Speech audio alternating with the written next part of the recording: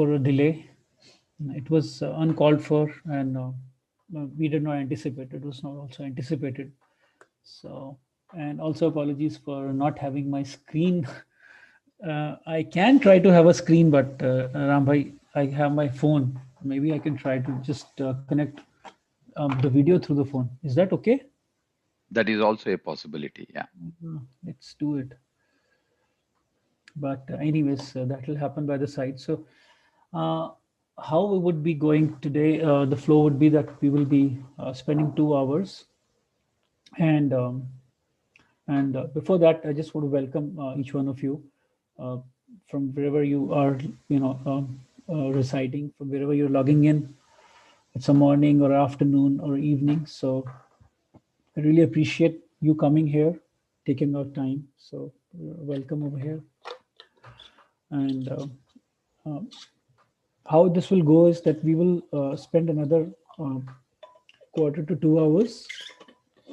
Um, we'll be covering some of the portion slide by slide, and on each slide we will be having questions. We can go and ask. We can just go ahead and ask questions on each slide. That's absolutely okay. And at the end, we will be having a small exercise. That's a meditation.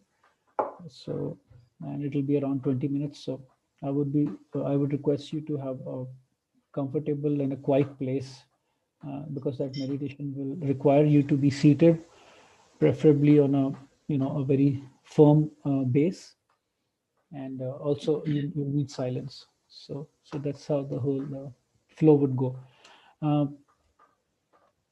Maybe I can introduce myself a little bit, and then I would like to hear from you also.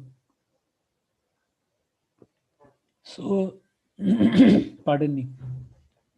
So, uh, my name is Akash, and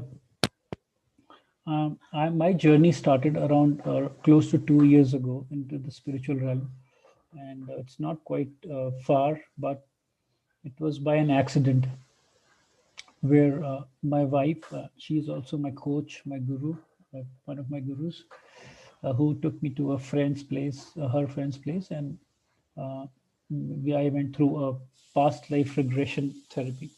Although I must admit, nothing went in, it did not really resonate with me.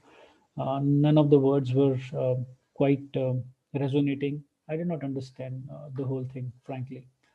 But I think gradually everything fell in place, and I started to get attracted to all the terms which were used over there at that time.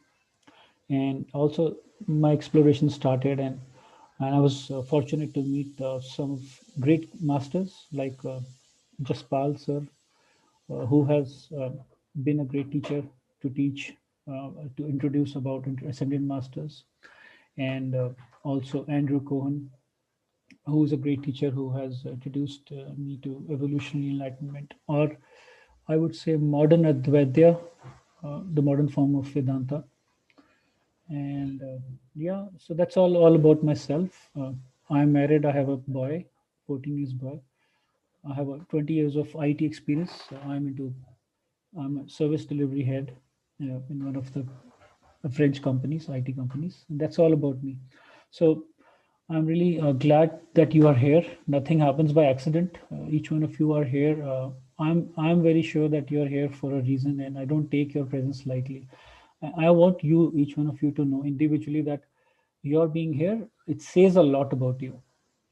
That you really have something in your journey that brought you here, and that something is not something. It's really the biggest thing. That's perhaps maybe your purpose for life. Uh, so, if I could say that.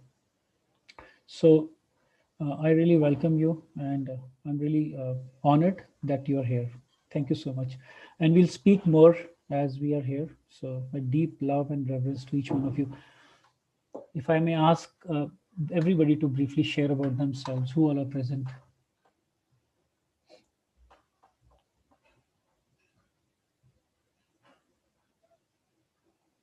Okay, I will go.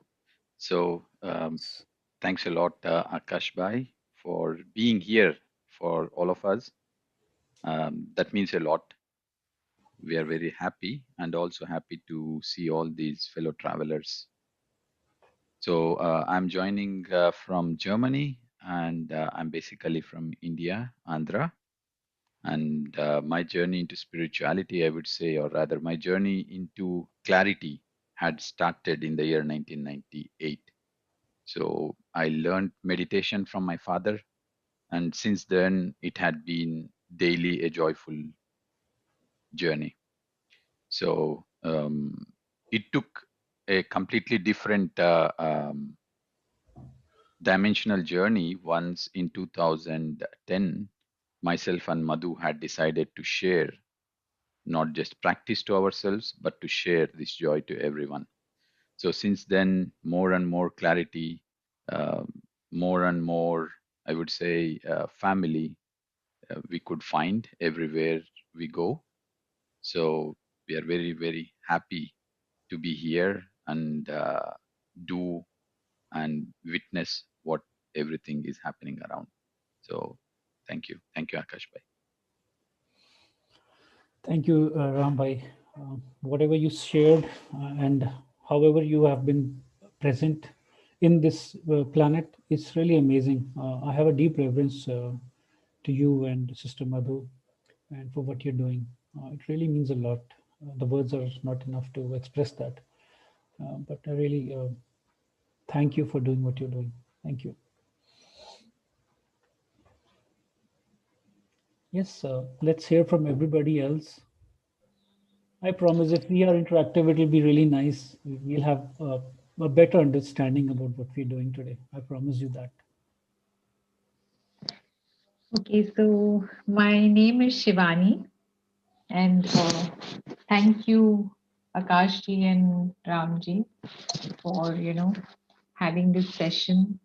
And I'm from Delhi, from India, and I got connected to the Violet Fire 3 years back.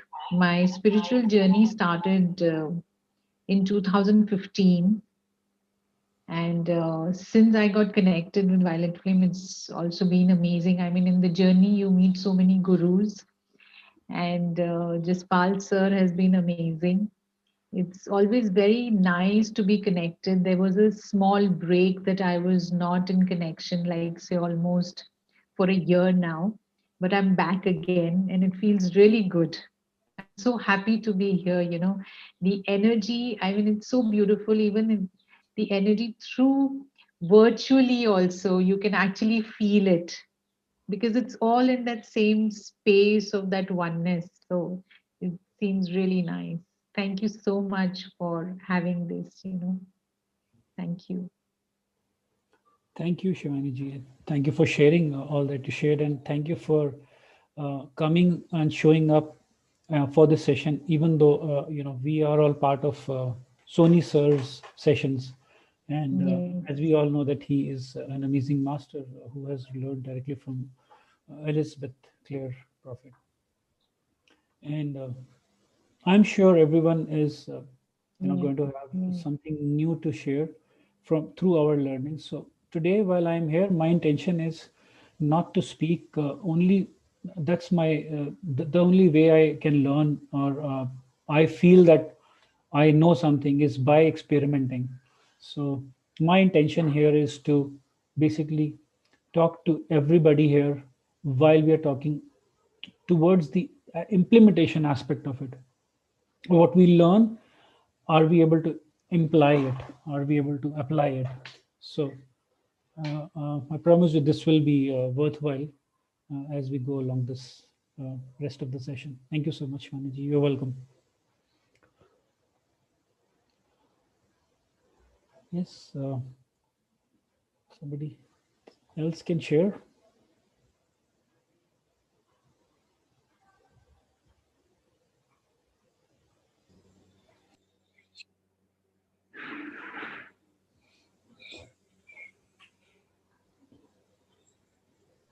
I see Sahir. We have someone with beam meditation just was available. Yes, ma'am. Hello. Yes, Yeah, ma'am.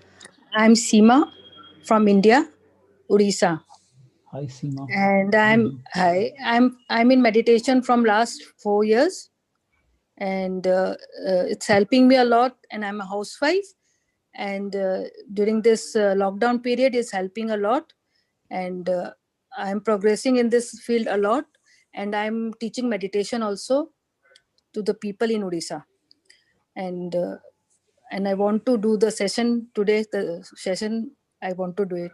So thank you a lot. You're welcome, Seema ji. Thank you for being here. And it's really great that you're here. And this is something which it's my commitment that you would take a lot of value out of this session. So I am really grateful that you've come. Thank you. Thank you, sir. Thank you, sir. Yes. Yes, friends. Let's hear from the rest of you. Nisha, Sahir, uh, Grace. I know Grace D'Souza. Hi, Grace.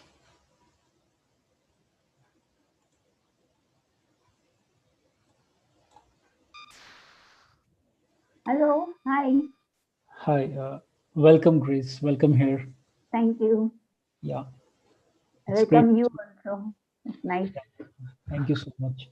Is this I've the been first time you're joining to the session? this kind of session, yes, but I'm in connected with Jaspal Soni, na? Yes, I know. I know. Yeah, that Yeah, through Jaspal sir, I know you. That's why I uh, recognized your name. okay. So, Since 2013, I've been connected to the Violet oh, Place, oh, okay. Wow, that's amazing. That's and I've amazing. stuck onto it because it has helped me greatly. Yeah. So Thank during you. the course of session, please, be at home. Being Yes, here, be at home, and express anything that you feel can be of use to everybody else. Because what you bring forth is a lot of knowledge, and all knowledge is useful. So you're most welcome. okay, thank Thank you you. for being here. Thank you. Thank you. Yeah. Yes, we have Bonita and Nisha. Hi, Bonita.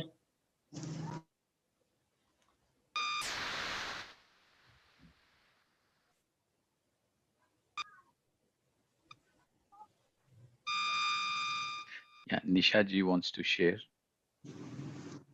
Yeah, sure, sure. I'm sorry, I may not have read the messages. Please go ahead. Hi, Nisha. You're welcome. Hello, hi. Hi. It's the Most first welcome. time I'm joining this session. Okay. Okay. How did you hear about this teaching? I'm in the group, Beam Meditation group. Okay. Okay. Great. You're part of the Beam family. So welcome, Nisha. It's great that you're here. Thank you, And sir. I intend to make this a very useful session for everybody. We have, I'll come to a few things as we start so that you can make maximum value out of it. Okay. Yeah. So, hi, Sahir. I heard Sahir saying hello. Sahir, you Yeah, want to good morning, unmute and Master say hello? Akash. Yeah, good morning. Good morning, Sahir. It's very beautiful to hear from you again, especially this topic. So I'm very interested today to be with you. Okay. And Master Ram and Master Madhu did a good job over the past year with me. I was meditating already, but it really showed me the way to be not saying a different person, but um, expanded consciousness more, you know? So it's a different person through meditation. So I'm sure today that we gain a lot of benefit listening to you. So thank you so much for being here, Master Akash. It's my pleasure, Brother Sahir. And I would just like to add that we are all here learning from each other. And well, somebody have at different stages of our evolution. which helps them to share few things, and for others to also learn. And this journey continues all this while. So just Yes. Are want to, we yet to start with the session? yes, we are going to start the session. I thought I In, got late. Actually, the time was 12:30. yeah, I thought we I was started late. at 12:40. We were delayed by 10 minutes, but we are Right. just going to start once we have a brief introduction, so that everybody feel they are at home, and I also know what is the background with which they come, and if they have been part of this session before, so that I can cover, I can come to their perspective and explain them accordingly. So Okay. yeah, so Sahir, have you attended any of the sessions before, or this is the first time? No, this session, no. It's the first time for me. Okay. Okay, I'll share a few things which will help you to, navigate through easily, because we have been through the starters earlier, more like an overview or an appetizer. And today is the first session that we are actually going a little more into the depth, into the a little more detail of it. So, but don't you worry about it, brother. We will cover it up. Yeah, Yes, please. Thank you so much, Master Akash. yeah. Hi, Parvinder ji. It's glad that you're here. Nice to see you. Thank you.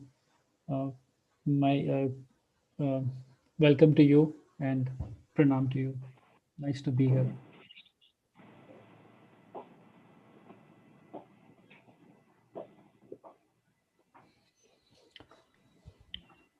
Hello, Akash bhai.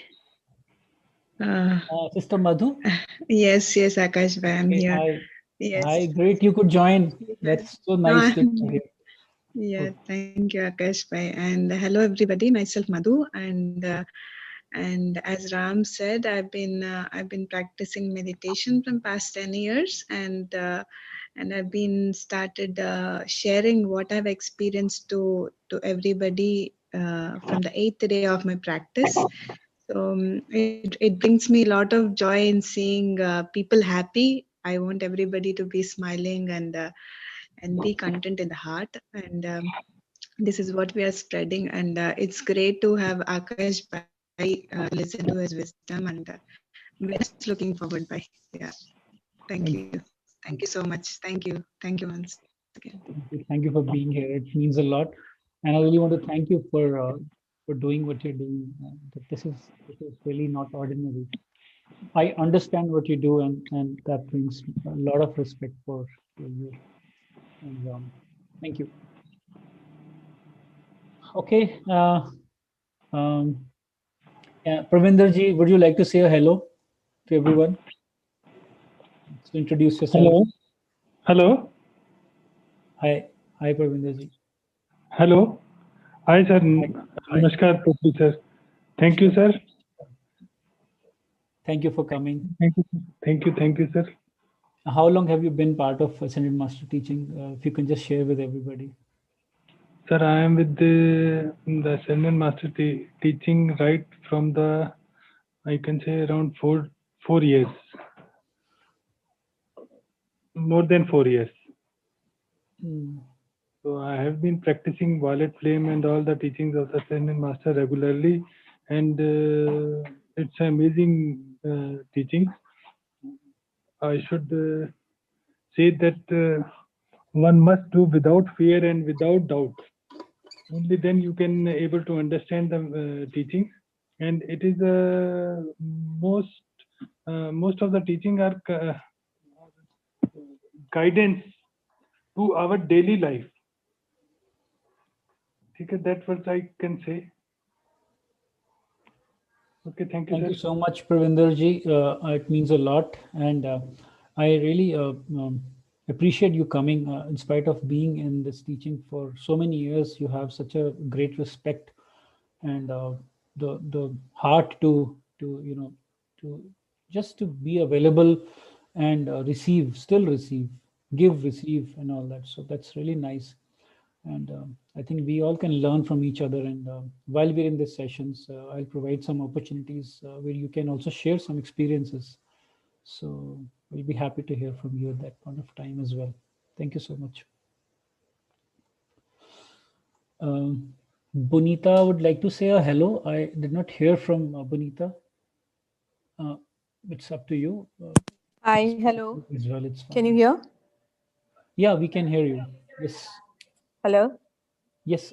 Can you hear me, Bunita? Can you hear?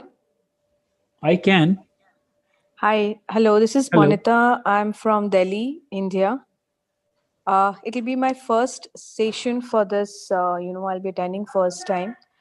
But yes, I'm connected to Jaspalsia, and I do practice violet flame. So it's a great experience, actually. So I'm looking forward to learn more from this session. Thank you. Thank you so much, Bunita, for joining. I really appreciate that. Thank you. Really means a lot. So, without further delay, if I did miss anybody, I welcome you for being here. I think Satija ji is here. Welcome, Satija ji. Thank you for being here. I'm connected to Jaspalji for the past 3.5 years. So the teachings are comprehensive, very exciting and adventurous. I've seen the change of consciousness when you decree together. But otherwise, I'm not a regular practicer of decrees and other things. So please start the meeting. It's getting late. Thank you. I like this way of saying it. Yeah. Well, I don't think there is any delay in the meeting because everything happens as per the divine order. I'm a firm believer of this, as I say it, because the thing is that no delay is a delay. It was meant to be like that. But yes, we must start. Time is crucial. Uh, we wanted to make sure that we are all on the same page, and there are few people like Seema ji, Bunita ji, who are new, and of course Sahir, brother Sahir. So for the people who are new, what I would say is that I'm going to touch upon one very fundamental aspect about this teaching, which will really help you to kind of feel yourself connected and grounded. It will help you to hook on, so to say. At the same time, it would not be sufficient, I would say, to deep dive into practicing only what we are learning today, because there will be certain things which we are going to be talking about the first way, and this is more towards really honing yourself or becoming good, competent in the first ray. I don't get bogged or really hooked on with the word, intrigued with the word. I'll explain you all that. What does this mean later on? But then you will have to go through few of the previous videos which are there already, and Rambhai will also share them in the chat. But at the same time, there are few things which will help you to navigate through these teachings. The first thing is, if you share your phone number, which can be added into the WhatsApp group, it will help you to receive all the updates, and in fact also the previous sessions links. Okay, you have the video links, you have the presentation links, everything is there in the groups, and you can also interact with each other. So kindly do that. It will help you to learn. And the second thing is that you can go through these videos and at any point of time use those videos for your reference. And if you have any questions, we can address them during the WhatsApp, I mean within the WhatsApp group. At the same time, we can also address them in the next session which we will have. So that's something which will help you to that will help you to get grounded, actually. Okay. And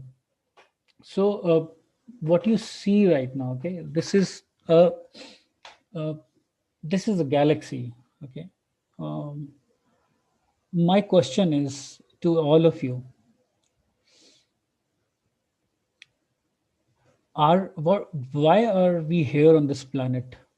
So I ask this question to each one of you to introspect yourself. Ask this question to yourself: with a open heart, and also be here with an open heart and an open mind.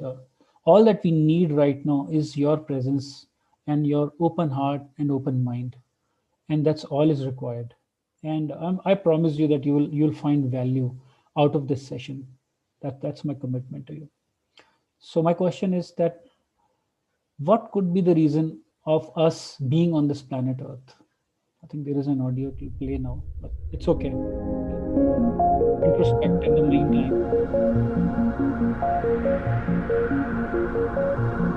Take a moment and ask this question: why are we here on this planet?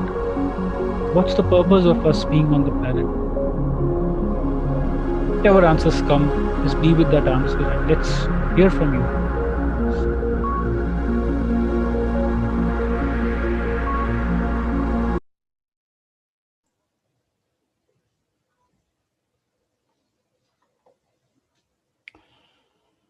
Okay, any answers?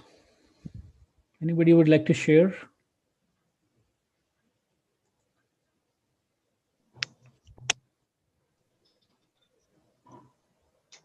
Hello. Yes. Go ahead.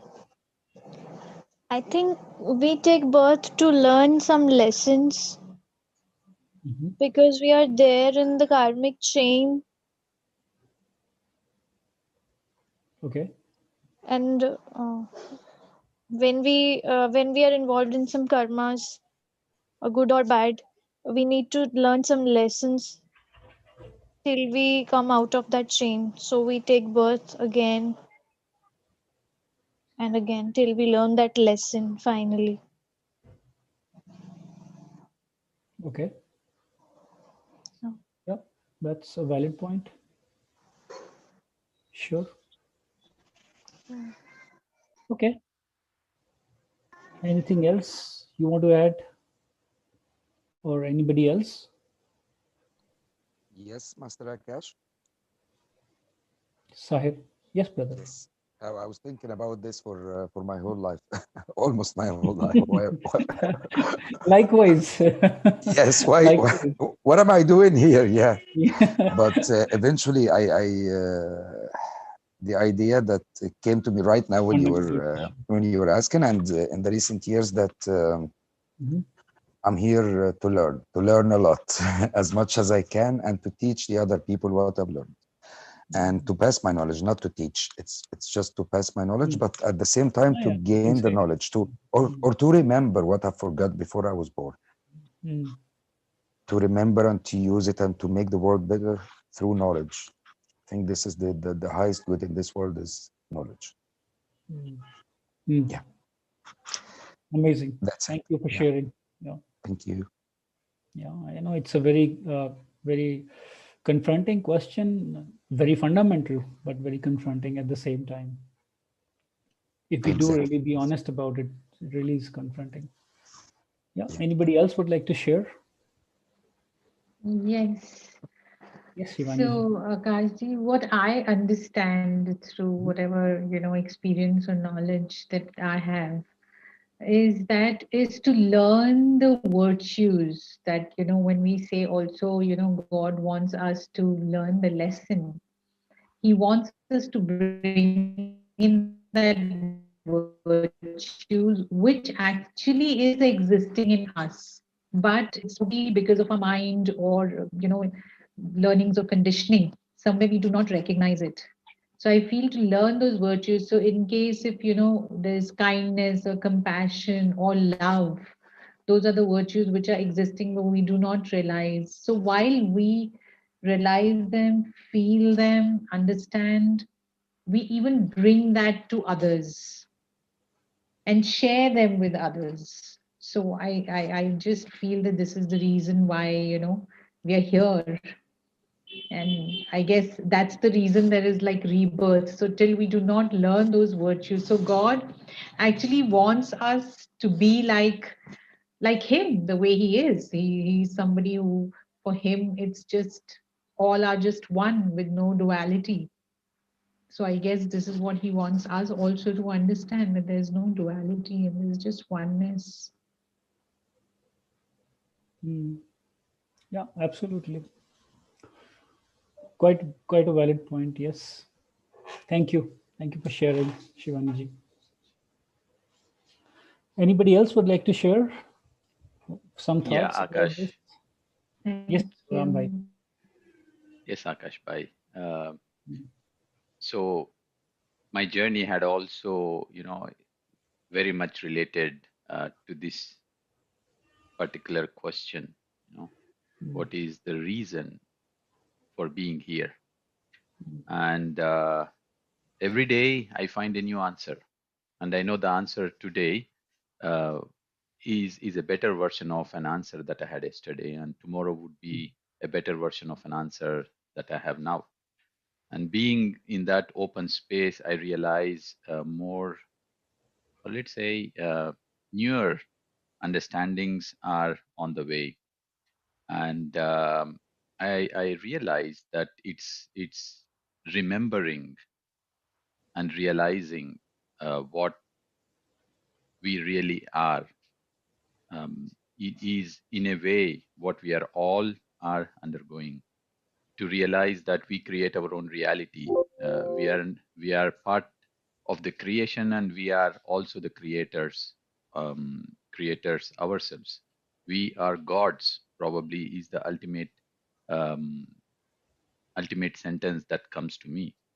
So uh, I feel that we all now, as we wake up in the morning, we say waking up to the reality. However, in the wakeful state, it is to realize that we still need to wake up to the real reality, to realize that there is a higher reality, and realizing that reality, which I feel in the end that we all are gods. Thank you. Very nice the way you put it. Really nice, Ram. Thank you for sharing. Anybody else would like to share? All answers are valid, by the way. And like Rambai said, that we are on our own journey, and each day we discover something new about various reasons of why we are here, and we connect with a different dimension of our understanding. I mean, with the different dimension of the overall consciousness. Quite simply put, we are one step ahead, or a little more evolved than yesterday, and that journey continues. And at the end, we are all just going to the direction of the source. So, anybody else would like to share?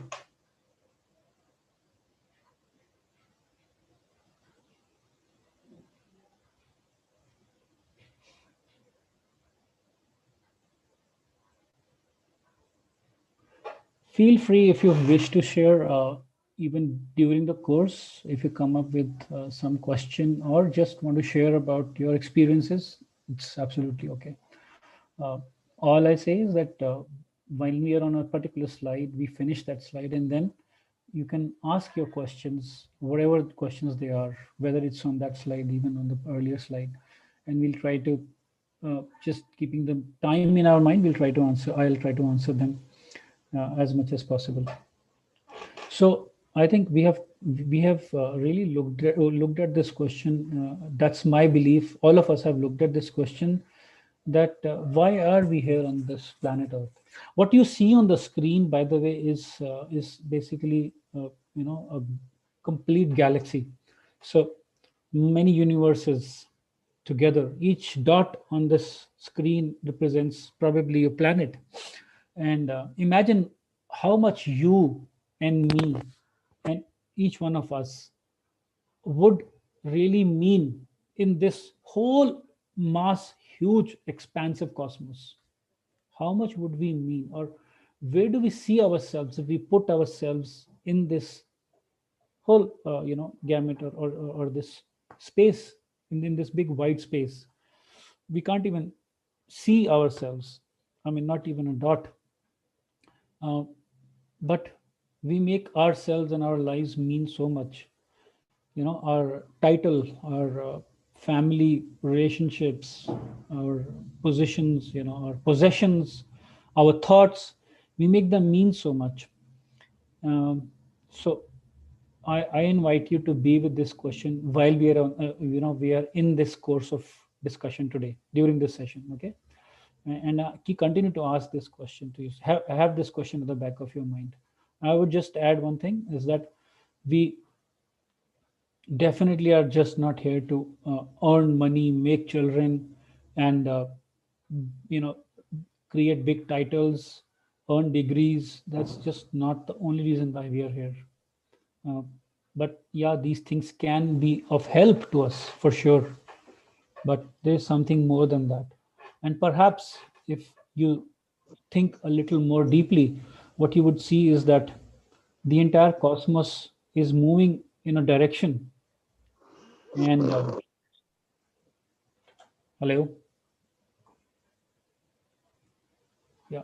Anyways, so this entire cosmos is moving in a direction, and perhaps we are integral part of that cosmos, and that's the whole idea of being part of the creation of the source. And that's what I think. This is what we want to do, is we want to align to the whole idea of the creation of the whole cosmos. And we will talk about this as we go during the session. This is my understanding, that our purpose of being on the planet is so that we can merge more and more towards the creation of the whole cosmos, towards the creation of the source. And what we are learning now through the Ascended Master teachings is just that. And these teachings have been on this planet from eons. It has been there before the formation of the earth that we know, the last phase of the earth that we know, before the another 20, 30,000 years ago, the destruction came, and then again the new earth formed, and much before that. And basically, when the whole Big Bang happened, okay, so it has been there from eons of years, lakhs and lakhs of years. However, these teachings have not been scripted in any of the scriptures, or various religious scriptures, because of the obvious reasons, so that they are not misused. And we know the reasons, actually, at the human level, so that they're not misused. That is why these were not part of any of the scriptures in any of the religions. But all these teachings have been there from eons of years, and we have a lot of places we do have evidences also. And especially the people who start connecting to these teachings, they understand how what we say, they start finding the various evidences of the presence of these teachings from eons of years. Now, right now, what you see on the screen are some of the Ascended Masters, and there are a lot many. Let me just speak about what you see on the screen here. So we are quoting about the teachings offered by Ascended Masters of the Great White Brotherhood. So what do you mean by that? What do you mean by Great White Brotherhood? Well, Great White Brotherhood is nothing but a body of masters who are ascended, who are unascended, and their chelas. So, which essentially means all the ascended masters, all the unascended masters, and all of us. And when we say ascended masters, it means that they have been through the cycle of life and death so many times that they have come out of the cycle of life and death, because they have learned all the lessons, and now they have reached to a state where they can be of assistance to different planets, including the planet Earth. And they can do the God's work. And the ones who are unascended masters are the ones who have been through the cycle of life and death. However, they chose not to go to the state of etheric level, but yet they chose not to ascend, but they chose to be on the planet Earth and then work closely with humans.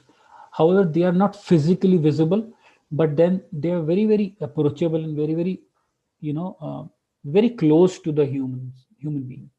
And the amount of, or the difference between the ascended and unascended masters also is the way they are, the kind of I would say, use this word as power.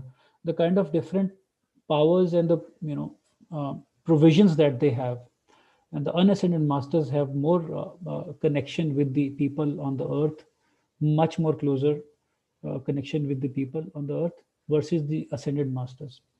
And this is something which you can talk about later on. I am going to be using certain terms which are new to you, but if you just be open with your open heart and with your open mind, I'm sure you will get your answers. And I'm also happy to, if you are having any doubts, I'm happy to address them. Okay. So now if I would just share about few of the ascended masters on the screen. On the screen left top is Master Kuthumi. He's a master of psychology. And then below him, we have El Moria. He's a master of ministration. And then below him, we have will of God, in fact, ministration and will of God. And below him, we have Chananda, Master Chananda. He is a master of twin flame and also the responsible ascended master for India to spread spirituality in India. He is responsible for the spiritual learnings for specifically for India. And then below him, we have Sanat Kumara, and Sanat Kumara has the overall responsibility of the whole planet Earth. We will talk about him also later, but he has the highest order of responsibility of planet Earth, and for obvious reasons, which we will talk about later. Very interesting points, very exciting things to share. Below him, we have Serapis Bey. He's a master of discipline. And below him, we have, the next on the right top, we have Mother Kuan Yin. She is a mother of a goddess of mercy, compassion, and forgiveness. And below her, we have Saint Germain. He is the master for violet flame. And below him, we have Paul the Venetian, who is a master of love. And below him, we have Archangel Michael, who is a master of protection. And then below him, we have Astrea. She is a goddess of fearlessness. Fearlessness and courage. So in the recent past 100 years, we have many movements associated with the Ascended Master teachings. But in the last 100 years, we have one of the movement which is also there in India, Theosophical Society. Some of you are connected to that, I know, but this started in 1875 in New York, and then further was spread into India in 1897. And it's there in Chennai and a few other places in India, their offices. And then we had another movement, IAM movement, which started in America, in Chicago in 1930. All the information that we read here is been extracted from Summit Lighthouse, which is based in Corwing Springs, Montana, USA. Okay, I'll just quickly see if there is any question. Yeah, no, okay, kindly, okay, fine, sure. We'll do that, Vinitaji. All right, any questions?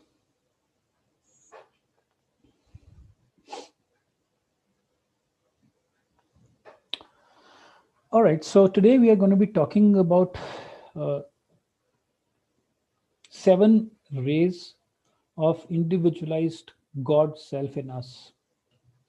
We have been speaking about this for those of you who have joined the earlier sessions, what we are referring to right now. In very brief earlier. So we have covered initially about various qualities of each ray versus the color of each ray versus the the meridian or the chakra for each corresponding to each ray, the corresponding chakra to each ray, and the perversions of each ray, and also the masters who are overlooking each ray. Today what we are doing is we are going beyond the the introductory and summary, and we are going a little more deeper. I wouldn't say that we are mastering, but we are trying to get more competent, or we are trying to fine tune our understanding about each ray. So today is this lesson on ray 1, which is of the color blue, which corresponds to the throat chakra, and the throat chakra has 16 petals. I'm going to talk about that in a few moments, but yeah, thus these teachings are from the ancient traditions. You may not be able to correlate them with any of the conventional learnings, with the aspect of chakras, as well as colors, as well as stones, as well as some of the qualities which are, the qualities which are oriented around them, and the perversions also. So without further delay, let me just introduce you, especially the ones who are new to the to this chart. Okay, what does this chart mean? Well, this chart represents us. I'm very excited to share about this chart. Maybe I'm sure, in fact, whoever is present here and they are keenly observing and keenly listening with an open heart and mind will also feel the same, I'm sure, because this chart, what does it say? I've been bringing this chart on every single meeting, and it's been like 6 weeks now. There must be a reason that I'm doing it. For sure, I'm not trying to be repetitive or parroting at all and spending just time for no reason, absolutely no reason to let the time go on a toss, not at all, for sure. This is the reason why I keep repeating or showing this slide, is because including me, all of us need to remember, who are we? Are we just brothers and sisters and the daughters and sons of our parents and siblings, or the employees and so on and so forth, the titles that we have? I mean, the closest is that, are we only the sons and daughters of our parents? No, we are the sons and daughters of God. I mean, I never even ever imagined this aspect in my mind. It never existed. It was like I don't even know that I don't know about it. It's like a completely blind spot for me. So, but that's true. Once I discovered that this is who we are, we, all of us, are sons and daughters of God. I want you to breathe into this. Just really breathe into this aspect. How beautiful is that? Well, we will discover how I say that and how we can really experience that in our real life, because I don't think that we really believe in this, really. Maybe some of us we do, but then we really experience this. And the idea is for us over here is to experience this. And then as we experience this, to be able to connect more and more closer to it. And in the process, get into this, move further in our journey of moksha, ascension. So if you see in this figure, this figure has primarily 3 parts to it. The topmost, even though it says Om, it has no real, connection with this particular word, specifically to any of this word. It has a connection with all the words. It has a connection with Christ. It has a connection with Muhammad, Allah. It has a connection with Zoroastrianism's, symbol that we practice, with Hindu, with Guru Nanak Ji, all the religions. So just to make that clear to everybody. So that's what it means. Now this figure has 3 parts. If you look at the top one, which says Om, and then the middle one is another figure with a man, with having kind of 4 hands, and then another man at the bottom. That's the last, third one. And what it means is that essentially we have 7 different clothes or embodiments, each one of us. 3 are the lower embodiments. In fact, 4 are the lower embodiments and 3 are the upper embodiments. And the 4 lower embodiments, they are very close to our physicalness, our physical, as we live our life. Now, we live our life through our touch, through our senses, listening, hearing, all that. And then we live our life through our experiences, which is through our emotions, through our feelings, through our thoughts. Yeah? So these are the certain things through which we live our life. So those 4 clothes or embodiments, those 4 garments are our etheric body. That's the outer circle of our body immediately. and then our mental body, you can call it as our psyche and all that, and then our emotional body, which includes our thoughts and feelings, perhaps more closely associated with our feelings, our emotions, and then our physical body. That's the one which which we tangibly see. That's what is the lower embodiments of being human. And then the middle figure is talking about, and the lowest figure is called as jivatma also. And the middle figure, if you see, is Atma, and that's our higher self, which means this is an interface between us and our God self. I'm going to talk about what I mean with this name. But the intermediate figure is like an helper. Okay, it's our higher consciousness, or rather, I would say that it's our higher mind, our higher self. A lot of angelic work. Okay, a lot of angels. Or we also connect to our own inner child, our own intuitiveness using this, and it helps us to connect with, lets us to see our God self. It's very important that this is there. My question was, why can't we not just connect with our God? So it is important because from the percentage of level of consciousness that we have been dropped eons of years ago, we have really dropped to a state where it's difficult for us to not to for us to actually see the reality, to see the truth. Okay, so that's the reason why we need this. So I mean, to make it very simple, if I would say that, if somebody is at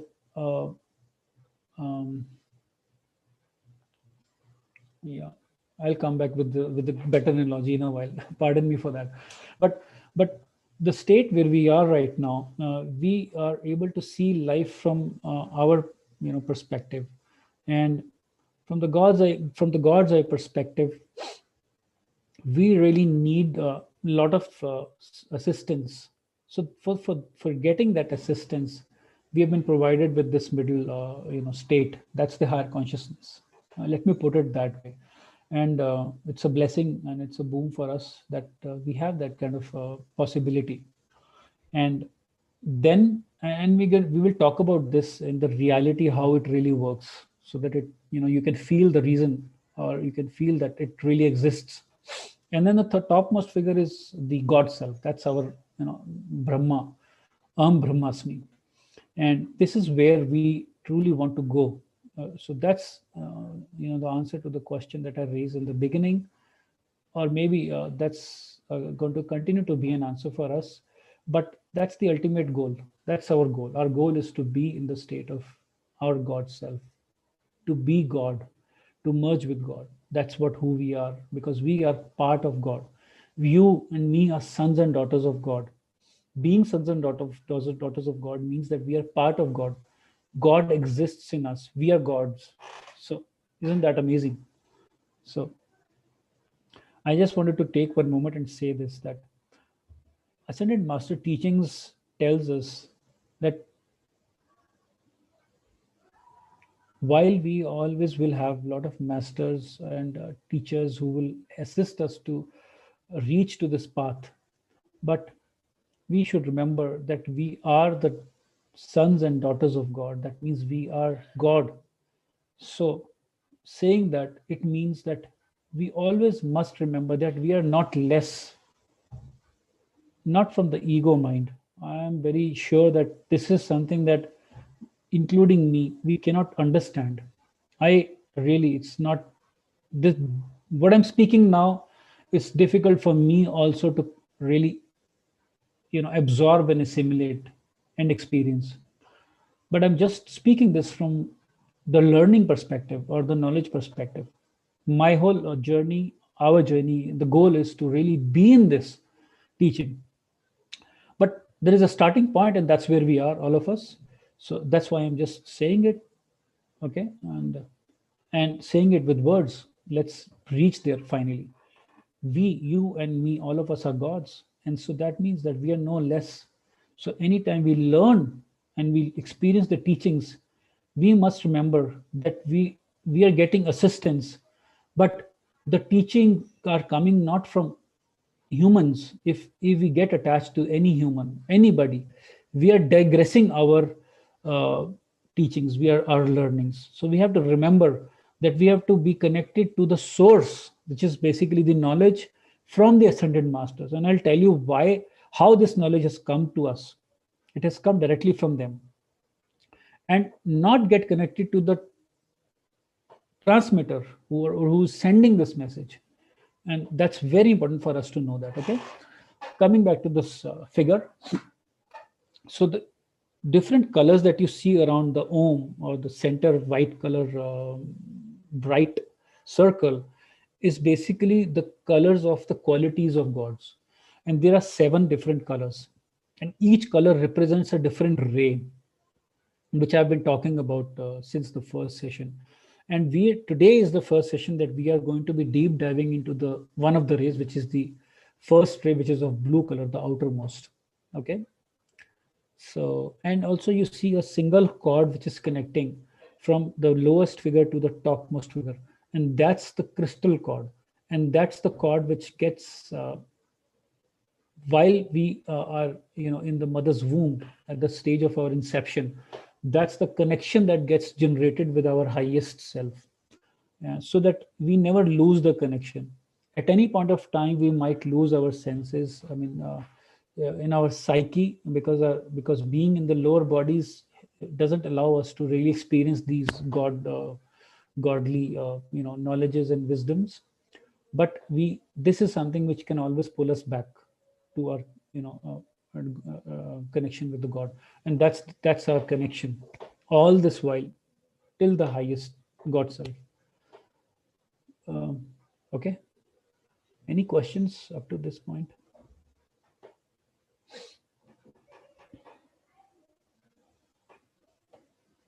Am I audible? Any questions? Yeah, you're audible, Akash bhai. Okay, thanks, Rambhai.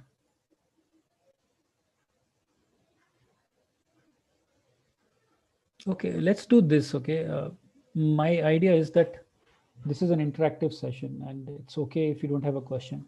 Just leave a message that you don't have a question, so I know that all of us are up to speed so far, because I am not here for a lecture or just to share something out of theory, but it's something which my intent is that we can take back with us as an experience to whatever degree.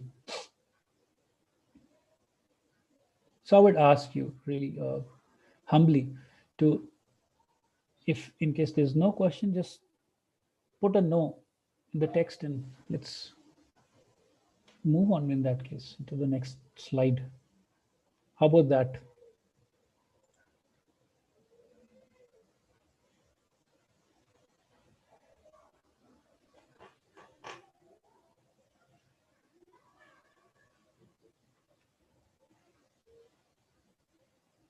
Not exciting?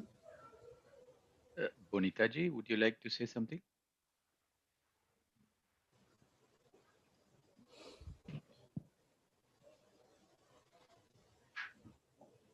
I see. Bonita ji, would you like to say something? I see you are unmuted. Come on, guys.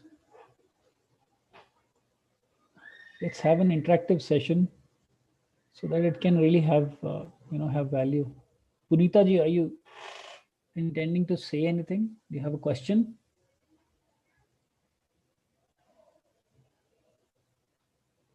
Hello, can you hear me, Bonita? Okay, Satija ji, thank you. No question. Okay, sure, Bonita will add you to the group. Yes, how about others? Any questions?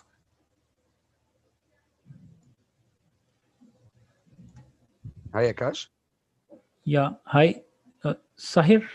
Yes, actually, it's not a question, but just to comment on this amazing topic that I was hearing my Buddhist and Hindu friends since a very long time saying we are gods. So when I heard this word as Muslim, I didn't accept it and so on. Then later on, with meditation and more knowledge, I say that I'm not discussing religions, but I didn't find anything in my religion that says the opposite. Actually, it was just framing and conditioning by the society only.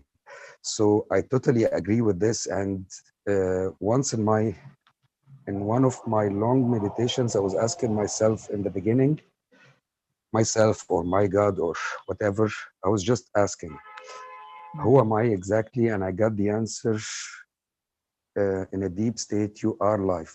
So I think, yes, we are all gods. And we are here to test this and to know this. Yeah. Thank you. Thank you, Akash. You made it very, very simple.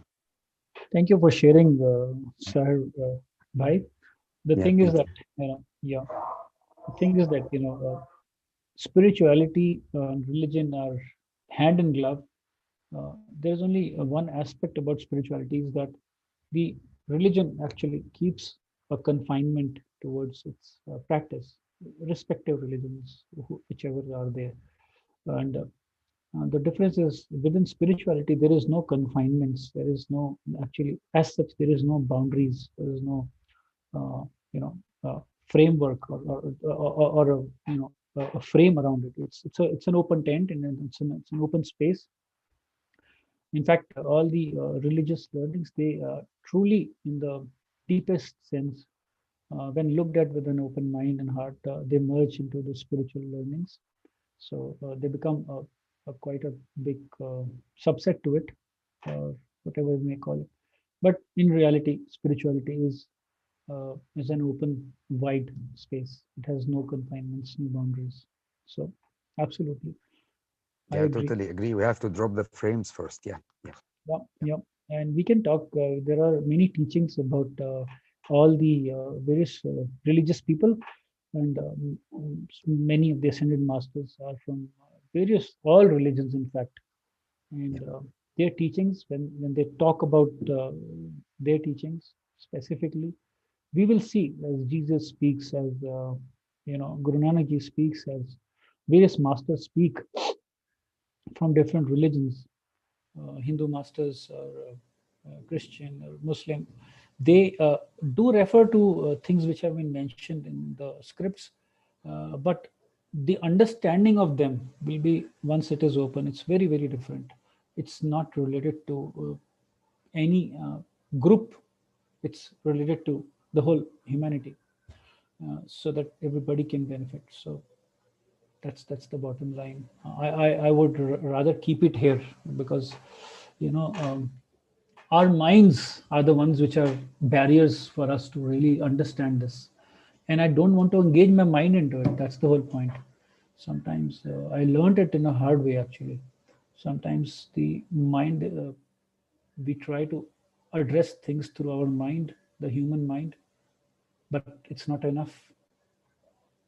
And I'm qualified engineer and double masters, and I am kind of drawn towards using it all the time, but I understand now that it's not enough. So that's the reason why I say that on a broader aspect, spirituality really covers everything, all the religions. However, it's an open space. Subset religions actually merge into it. Okay, anybody has any questions? Yes, I was Akash. thinking, yes, Ram. Yeah. Yes, So brother. we have also masters joining on YouTube, and Oh, wow. we have Anita ji, Vimala ji saying it's Wow. learning more, it's helping me carry on. No questions for now. And we Oh, have wow. Master Bhumika ji asking, how do we differentiate between ego self and being God self in the beginning of our journey, where we consider ourselves as God self or Christ self? Wow, this is a thoughtful question, Bhumika ji. Appreciate the question. Very nicely put. Thank you for doing that, Rambhai. Yeah, it's a big help that you're bringing forth the YouTube questions here. Yeah, I have a very short answer to it, and there is a little more depth to the answer as well. But the shorter version is what with which I would be going through now, in the interest of time. Simply put, Bhumika ji and everybody, our ego, human ego versus our God self. Well, the starting point to differentiate is our heart. Okay. Uh, I can expand on it as much as anybody wants for hours together. But when we look at any situation from our mind, there is a certain quality of answers to it, and I'm going to keep it generic, so that it can be. It is an it is it's an at it's at abstract level, but you can relate to your situation. So when we look at a situation from our mind, there is a certain quality to our answer, and we start to engage with that situation in that way, and our thinking is oriented with that understanding, and our emotions or feelings are oriented around that around that answer. But if we look at the same situation from our heart, and when we look at the same situation from our heart, what I mean is that we become more accepting, we become more open, we become more just accepting, more of letting things be, in the mode of things are happening around us, and not from the state of making everything happen, like a state of control, a feeling of I am going to make it happen. Well, that part is what is really makes a big difference between the ego and the mind. Well, the ego would want to take on the credit, so to say, if I would use that word, or would like to feel the upliftment of solving a problem, or you know approaching a situation. The heart does not. The heart, rather, the heart would say that that's one of the ways we can resolve situations, and the heart would rather be in a position to feel the joy of just you know making the things possible, or making the situation resolvable, or addressing the situation to the best possible. And it will just be in joy, and in that joy it will be happy to share with others, to receive, so to say, different uh, views and comments, and to be more accepting, rather, I would say. It will be very joyous with no reason, like a child, I would say. We can use that as an example, perhaps. Like the child is very small child is okay, however situation is. It doesn't all. When we come from our heart, the external situations and the outcomes don't really bother. In fact, we start being more adaptive to it, and we start being more understanding towards how things are. We become more accepting, and at the same time, it doesn't mean that we don't do what is required. We continue to do it, but that doing is no more just an action. It's in a very more structured, interconnected way, and you will feel the difference, the way the things start to shape up. You become more trusting towards the uh, God, towards the divine, and you would see the results coming. uh, Maybe we are playing some part in it, but it's not that we are the only ones who are doing it. Or I would say, to be true to your to this answer, we are not really the doers. However, we are doing things. Like I am doing this small session, but I'm not the doer. Okay, that's a small answer to your question. Anybody else would like to? And I hope, Bhumika ji, and all of you, I did answer your question at least to a basic level, so that it gives you a little more clarity. So, Anybody else would like to ask a question on this slide? I see Parvinder ji unmuted. Maybe he wished to share Yes. something. Yes, sir. Parvinder ji.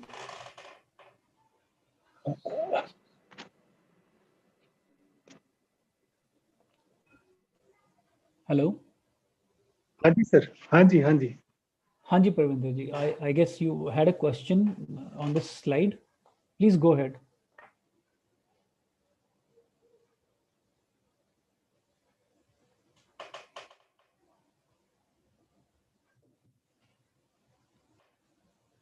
Okay. Okay. Well, it is good that if you ask questions and be interactive during the session. That's the whole idea. So it gives you most of the value out of it. And moving to the next slide, assuming nobody has questions. Archie, I have one question. Okay. Please go ahead. Shivani here. So, Yes.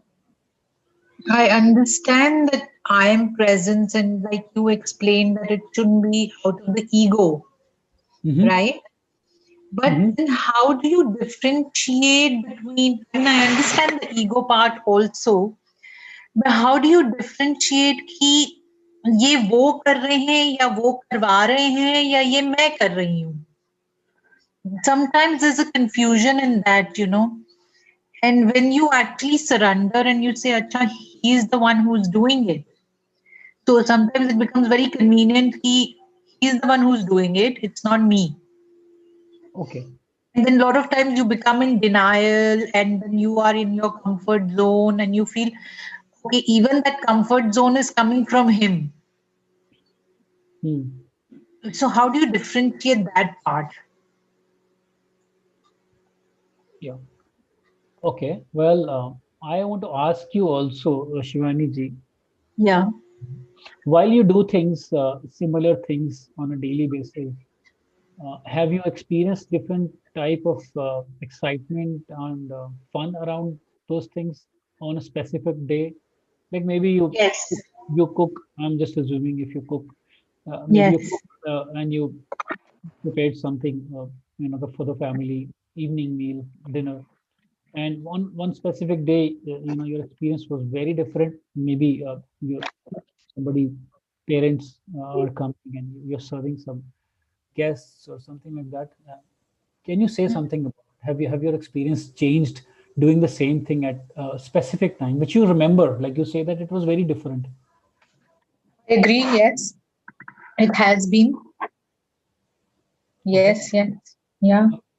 And when you say it has been, say a little more about it. Okay, so yes, there are days, you're right. Otherwise, also, there are days where you can feel very joyful in whatever you're doing, irrespective of the outer actions that we are taking. Everything that we're doing in a day is very joyful. And then there are days where you say, I'm not really in a mood to do it.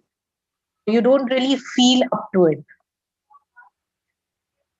So yes, there has been, like what you asked, is every day different for you? So yes, that's very true. Like you said, cooking. Okay, so there might be days, when you are just enjoying it and you're joyful, and there are days you're just doing it because it's your duty or something.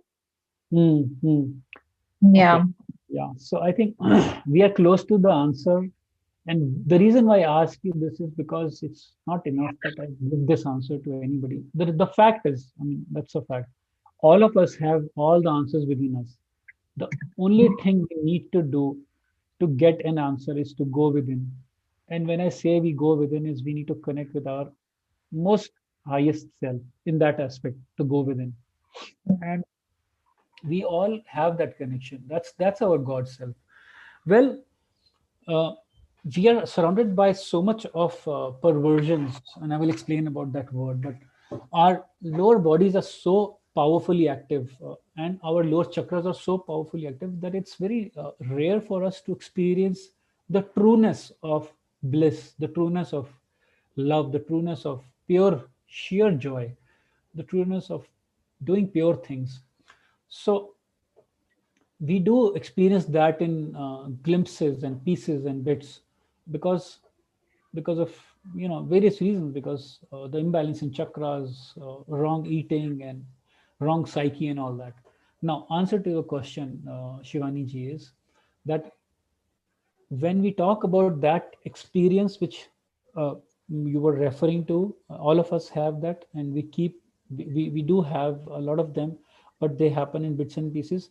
That experience which really lights the bulb, which really brightens up our day, which really brings that smile, that smile which is of for no specific agenda, for no specific accomplishment, but just for itself, is the experience which we call as the connection with the God. Because I'll tell you, when we do the things, or when you see, we are using some examples of people, but it's there with all of us. So, but just to make a point, I'm just trying to create a better contrast to distinguish.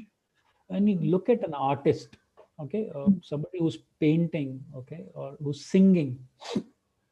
My son sings, or I was a sport. I am a true sportsman by heart, but I really was playing. I played for my country up till 1993, and out of 40,000 skaters, all top class, only 5 were selected to go to who were representing our country from the government of India, and I reached to that stage of those 5. Now, when we play, okay, when I was playing,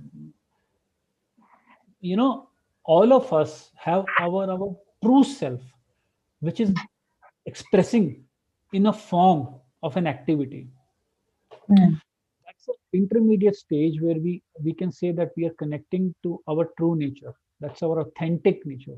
Okay, and I won't get carried away with any words, but that authenticness is our expression of the qualities which are close to the God qualities. Okay, so if we start only understanding what we are doing here, which I'm explaining now, or which we will go to the next, that will become very monotonous. It will become very mechanical and robotic, and eventually it will make no sense. Because let's agree, all that we have read so far in our life has not changed our life, not this much. Okay, and we have, all of us are very well educated, and we have learned so many different things, different skills, different angles. I'm covering whatever it might be. So, but the idea is not just to learn here, not just to grasp some more knowledge, okay, because it will really not help, but to actually experience it, start to apply it. And by applying, we will have to keep on doing it again and again. We'll make errors, we'll make mistakes. That's not the problem. Idea is to learn, is to basically experience it. Yeah. So the answer is that yes, we will come to know when we are being in that aspect of God's self, when we are really connecting to our true self. Some people just do. I'm doing this session, I just love it. Now I lost a track of myself, that I am, I have many labels, Shivani ji. All of you have, right? So we have labels. Like I'm using my example now. My label is that I am a person who is, a head of delivery. In my family, I'm accountable for these many things. In my life, I had experience with so many different people, and this is how I have become now. I'm a son to my parents, and a sibling, and the eldest of the sibling, and then some different roles I play in my society where I live. Okay, as a member over here in the association, there are 1,000 things, but in true essence, these are the roles which I'm playing, and I'm trying to live according to those roles, and it becomes monotonous. But as my expression, what I'm doing now is my expression. I'm inside of my expression of my love to doing something. Now, you might have cooked on those days out of love, for which you don't actually remember the recipe, you don't remember the time you spent, but you remember the experience of it. These are the starting points. I mean, this is not the end of it. The end of it, at the end of this whole chain, or the end of this whole learning of these qualities, is very, very deep, and we all, this is our goal, to go to that direction, and the master teachings are that. But when we do things inside of that gesture of just doing it, like, not my will but thy will shall be, there's a saying by in the Bible, not quoting specifically a religion, but I'm just trying to say, मेरा मेरा काम नहीं होना है, भगवान का काम होना है. It's not my job which is getting fulfilled, it is God's will which is getting fulfilled. So sometimes we do things which is really are, you know, Are Shivani is on the planet and she's doing something, and that's, it's like wet, you know, the wet paint. If you see a wet paint, if you go close to a wet paint, no, and it will just come onto your skin. Okay, and that's because that is our true nature.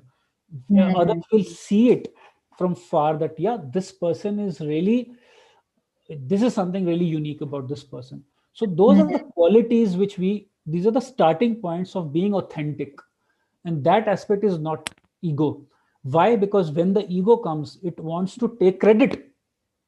मैंने करा, I did this job, I am the one who is, okay, I'm doing this. You want to be at the center of the whole attention of, you want to be the center of attention. Not, I mean, this ego, this small self wants to be a center of attention. Wants to be important. Feel that importance. Sometimes it feels importance by speaking so much. Sometimes it feels importance by cribbing or being sulking, or doing all that drama act, so that it gets attention. And sometimes it does things which are more violent or outrageous also. I don't know. Different Like ways being of angry, being attention. violent, and being dramatic. So it can go to that extent of blaming and angry and dramatic, or it can go to this extent of being sulking, of being again, in the mode of repention or whatever, sadness, depression. None of it is our nature. But that's only for us, for that our small self to grab some attention. But that's not who we are. Yes, true. It's not easy, because the thing is that our ego will never leave us. The gods have told, the masters have told, that ego will not leave us until the last day of our life. There are masters who have made progress for consistently for the whole life, for few lives, and then in one life they let the ego take the control, and they slander down for all multiple lives. So sometimes we make progress consistently for months and years maybe, and then one day also we get into that mode of really bad, that's called as our subconscious or unconscious mind, and it drains us down, it slanders us down to all those hard work we have done. It's like snakes and ladders, you go up, and then one fine point time you just go down, directly down. So that's how ego works actually. So that's agreed. Yeah. Thank you so much, Akash. That was really wonderful.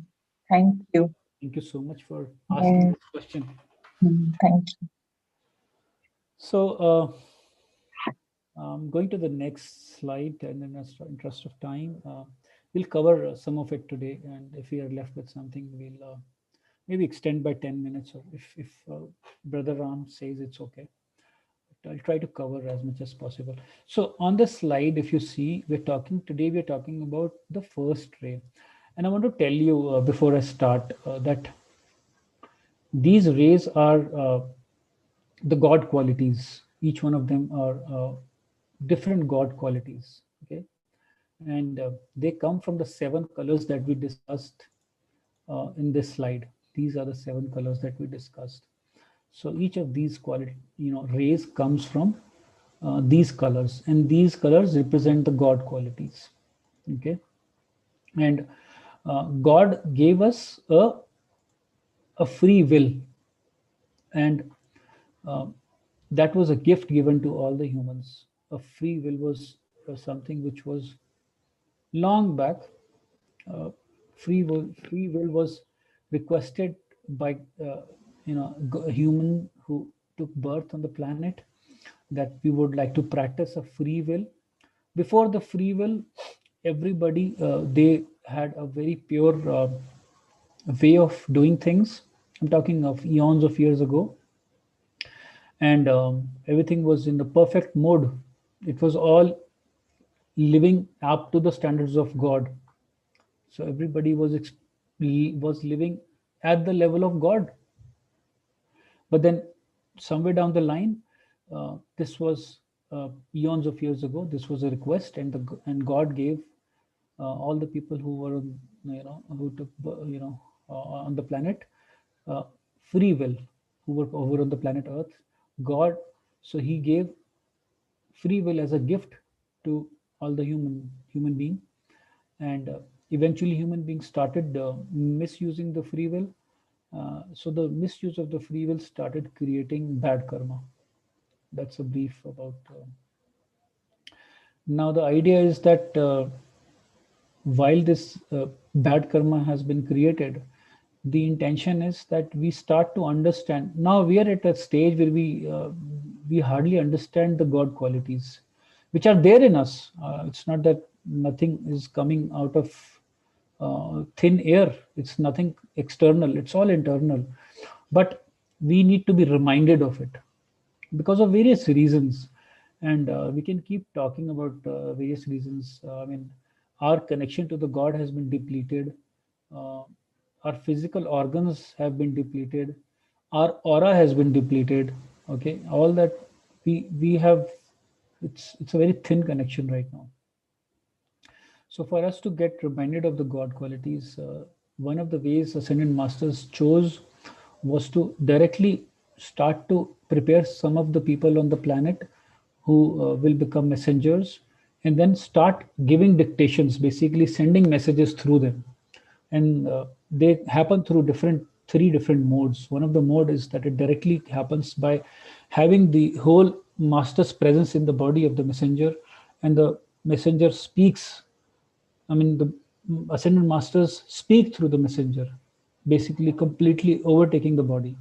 And the second way is in which they receive messages in the thought form. Messengers receive messages from the ascended masters in the thought form, and then over a period of time, and then they assimilate and they pass that message. And the third thing is when actually the ascended masters are beaming that information to the messenger, and then the messenger is actually visually seeing those messages in the form of text, okay, and in the form of words, and then passing them through to the people, to various different crowds. Anyways, now the point is that first ray, if we are talking about the first ray today, and the first ray, it denotes Tuesday. Its color is blue. It has 16 petals, and the master who is responsible for this is El Moria. So various qualities and perversions are associated with the first ray. Before also going further, I would like to add that when we completely understand each ray, and we will do some exercises during the week. Okay. Now I want to make sure that we are having an interactive session so that it gives you more value. Okay. So that's the reason. It's not but God's will, so that we take this learning. Its idea is to basically imbibe it. Now, once we, play around with it, we will understand the meaning of it, and then we can have, question answers. But once we go through each ray and try to uh, fine tune ourselves in the God qualities and reduce on our perversions, basically the bad qualities. Finally, after doing this, we will reach to a stage where we will have an assessment. In that assessment, we will see uh, out of these 7 rays, which is the dominant ray that we possess in ourselves. Okay. Now, why we need to know that is a question that you would have in your mind. Well, the reason why we might want to know that is because it will help us to connect with our particular lifetime, this particular lifetime purpose. Okay, while we are going to be working on all the qualities in tandem all through, but there is one specific quality that is going to be outshining the rest of them. And Ascended Masters told us that all of us are chelas, and okay, and we have come to this planet. Eventually we have come to this planet, but eventually we have come from the central sun, and from that we might have traveled through some planets to the planet Earth. Okay, that's a very big thing to talk about. It's a different subject, but I'm just trying to open this Pandora box of Pandora for you to at least come from an open heart and trust that this is how our evolution has happened. All of us have come from different planets, and we are on this planet Earth, maybe from lifetimes, we don't know how long. But the thing is that one of these rays, which is the dominant ray, will tell us the true essence of us for this particular birth, and the true essence, true purpose of us for this particular birth. And so that we can when we get clarity, the first thing that the clarity does is it helps us to reduce our deviations. And if the deviations are reduced, it will help us to move further, faster, and steadier, with more peace of mind also. So in short, it will help us to ease our troubles and focus more on what we are here for. Okay, so that's the intent. Actually, that's the intent that we have. That's the intent of Ascended Master. So you'll come to know which is your dominant ray, and you can connect more with those masters and those qualities, and you can know more about the various planets and the colors and all that. And once we do the whole workshop, finish the whole thing, this will be something which will be available to you, and I'll share with you how you can do your assessment. It is a very nice assessment. It will take up maybe some time for you, maybe an hour, but that's really going to be helping you to work more closely with the masters. Okay, now without further delay, so the first ray is about the qualities of the first ray is perfection, um, divine will. Essentially, it's will of God in one word. Okay, and it comes in the form of courage and self-control, God control. We're using word like God control, divine plan, and divine faith, because all these words are common to human control. So that's the reason why we use a prefix in most of the words. If you see them, God ordained, government, business, communication, banking. And on the flip side of this are our perversions. These are also part of us. We don't need to fight through them, but we need to be present through it. Now, within us, we have our divine connection. Within us, we have our, I would say, darkness, but we cannot disown any of it. So if we know our darkness better, wouldn't we be smart enough to deal with it? I think it is true. So we need to know about that also. Okay, you can differentiate with our human ego, and you can differentiate with, you can also say the word as God ego. I've learned this newly. God ego is the God quality. The word ego is used as a synonym to be able to differentiate, not from the aspect of the human understanding of a negative or a downgraded meaning to it, but it is from the meaning of the quality. Okay, so the perversions, uh, so when we own them, when we own our darkness, it becomes easier for us to navigate through. Yeah, that's the idea. We don't need to feel less, even though we have done worst and worst of things in life. But then in that case, what we are doing is we are not attaching to it, because the idea is that we don't continue to practice it. The idea is that yes, we own it, and that is the only way. When God wanted us to know about this teaching, then God said, the Ascended Masters, they said that until you face your fears, you will never overcome them. So you don't have to hide behind any of your perversions or darkness, because that's part of us. So we have to face them.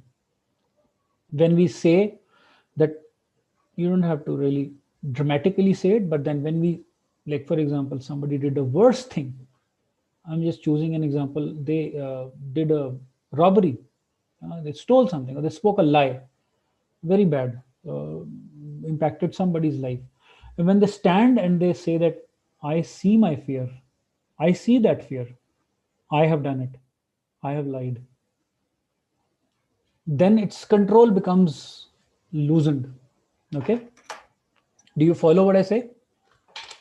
Yeah. Okay. I'll also say one more thing to you. It's a beautiful thing from Elizabeth Clear, where she, I'm going to read it. Okay. Hold on for a moment. Where she said that our devils, our darkness is not real until we give it that much amount of power. Okay. So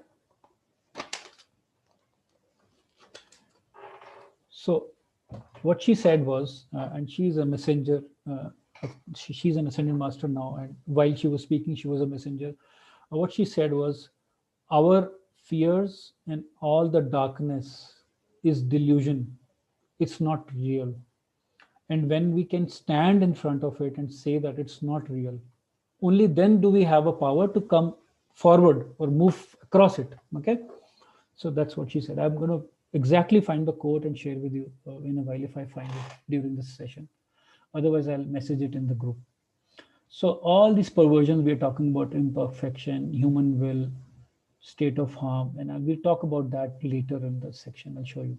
And these are the colors. So our body is covered with different aura, and the ascendant masters have told us that we don't need to get intrigued or carried away with our aura, because many people, they spend a lot of time in reading their aura. Okay, today I have done a lot of good work, I want to check my aura whether it is moving towards the purity or not.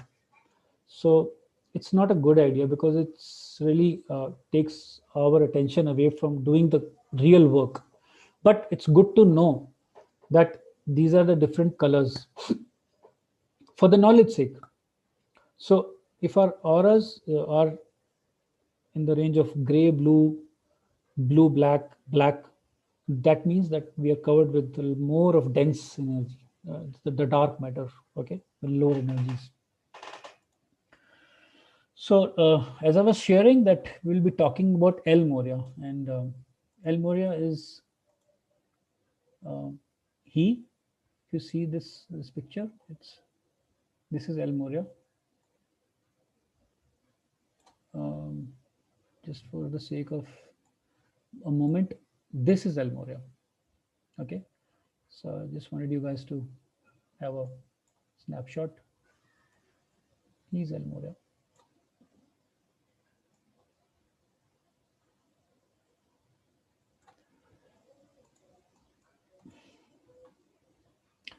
El Moria, he is one of the very well-known figures to humans, because he had been on this planet up till 1898, almost a little more than 100 years ago, and in various embodiments. And one of his, just before the last embodiment, was Akbar. He was Akbar. Okay, so that's why I was telling that, all these masters have been in different religions. So religion is not the covering or the confinement in which we are talking. We're talking on a very, very broad scale. We will have ascended masters from all the cultures, all the religions, but they're not going to be talking about anything specific to a religion. However, they will cover a lot of things from various religions, because these are the true teachings. We're talking about the highest teachings right now. Okay, it's spiritual teaching. About El Moria, I'll read it just so that you know a little about him. He was a chief of Darjeeling Council of the Great White Brother. He is a chief of the Darjeeling Council of Great White Brotherhood, a Chauhan of the first ray as he is, and the hierarch of the etheric temple of goodwill over the Darjeeling region, India. So people go to Darjeeling and they feel more presence of El Moria, and we can actually write a letter to El Moria, and we before sleeping we can make a call to El Moria that we would like to visit your temple, and we would like to learn some lessons from you, take up a session and learning about a specific quality uh, from you, from the first ray. And since this is not a physical temple, it's an etheric temple, so you cannot see this temple. It's not on a physical plane, it's on the etheric plane, which means you can't see it. But the location is important. Every time it's important, because there are places where various masters have confirmed that they are operating from a specific region, and from there they operate, and they connect throughout the whole world. All right. Yeah. So he is also the founder of the Summit Lighthouse, from where all these most of these scriptures have been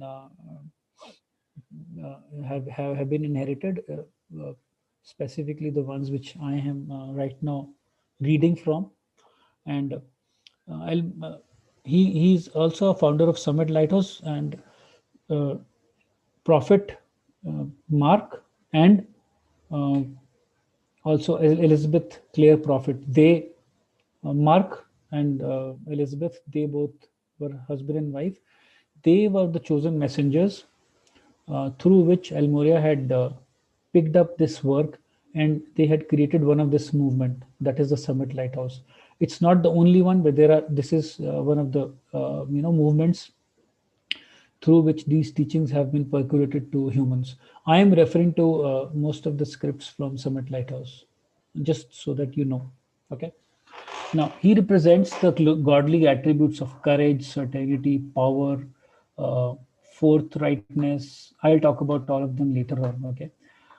These are the qualities of father principle, the statesman, the executive ruler.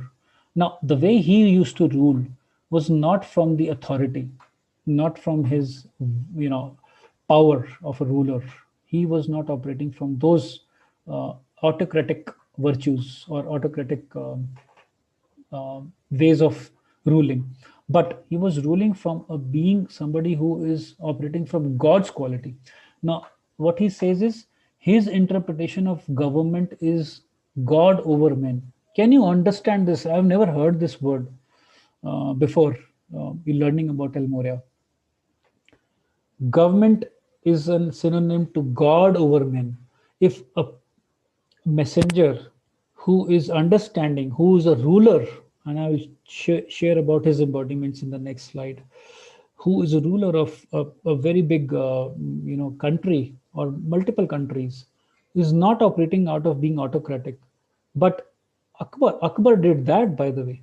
Akbar brought Hindus and Muslims on a one platform of justice. Impossible what he did, impossible. But anyways, now what he did was he brought the interpretation of government for him is God over men, and his concept of true statesman is God's over men. He inspires his subjects illumined obedience to the holy will of God. So if someone actually starts operating from God quality, then his true essence of power changes and transforms to bringing forth the will of God. And yet he has been very, very powerful, extremely powerful leader, very effective leader. Okay. Throughout his embodiments to the present hour from the ascended state, beloved El Moria has been actively engaged in service to the light. As the son of Enoch, which is God, who walked with God and was not, for God took him.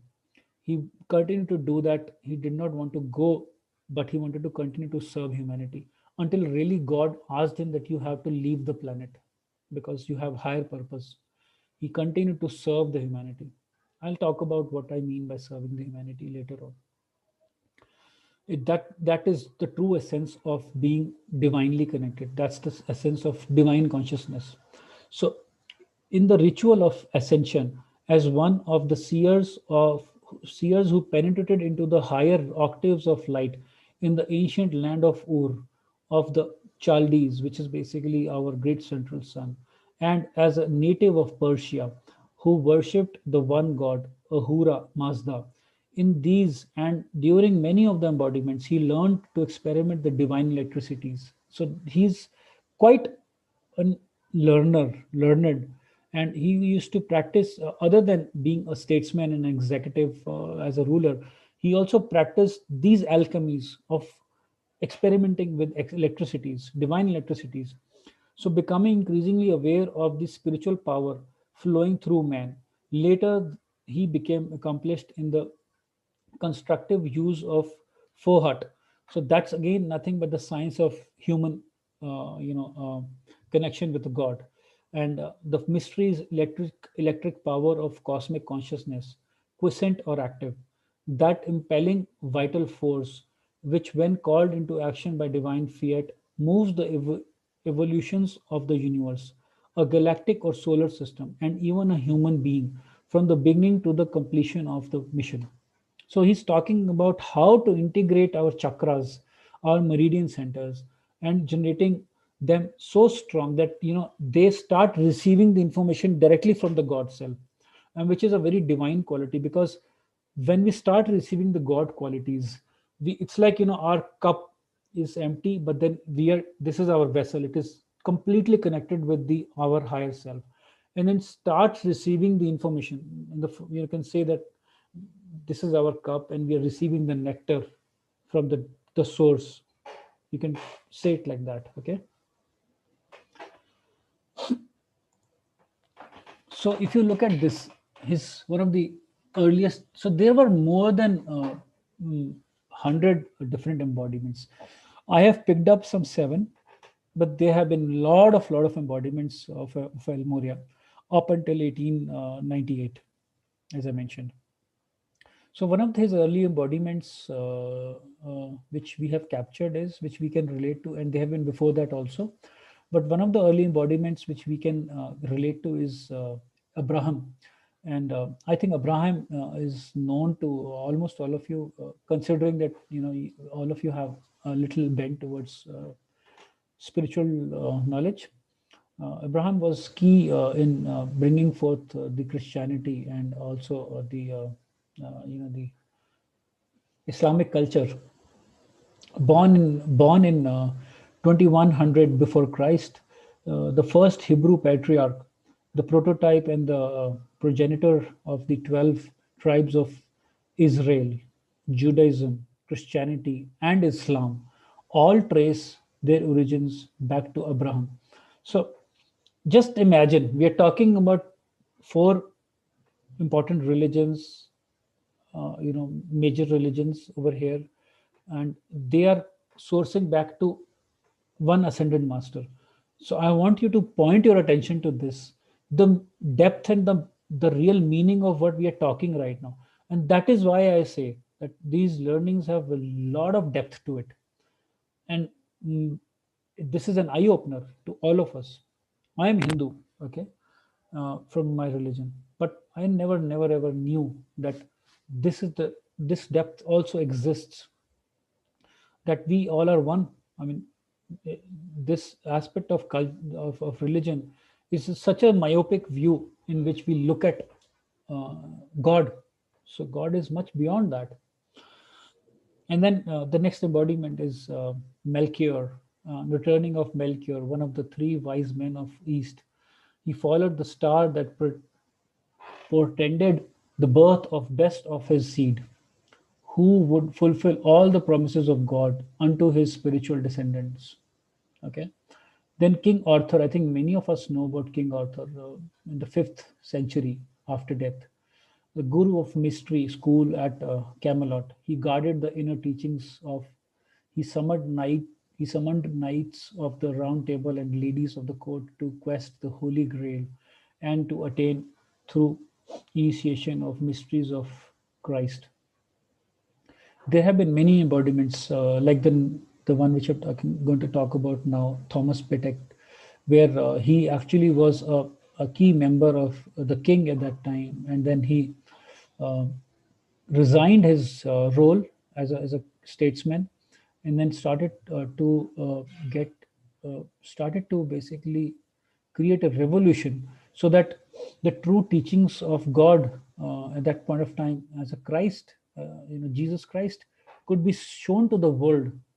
And he really had to walk his talk, and at one point of time he was executed as well. So in this particular embodiment, he was the Lord Chancellor of England, and he was also a good friend and the advisor of King Henry II. So when he became an Archbishop of Canterbury, forcing that his duties as Archbishop would inevitably conflict with the king's will, he had to resign.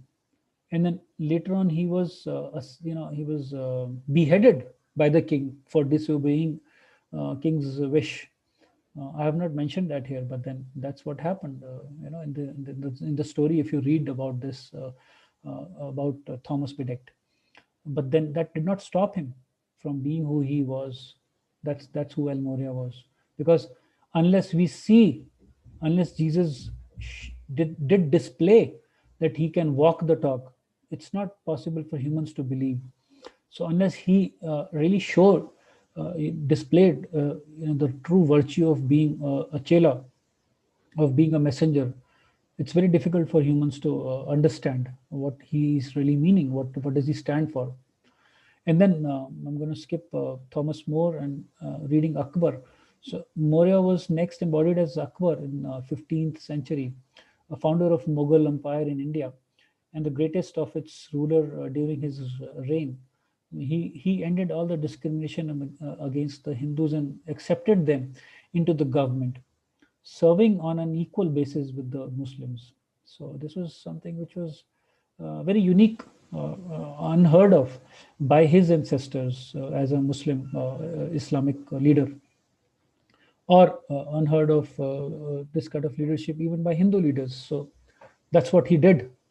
And then his last embodiment was El Moria Khan.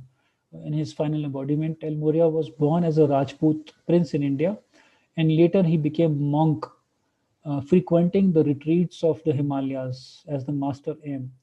He, together with Kuthumi, who is a master of psychology, and Jwal Kul, who is basically a master of various energies, chakra energies, and a few other things, attempted to acquaint mankind with the workings of the law and hierarchy through the writings of Mem and Blavatsky.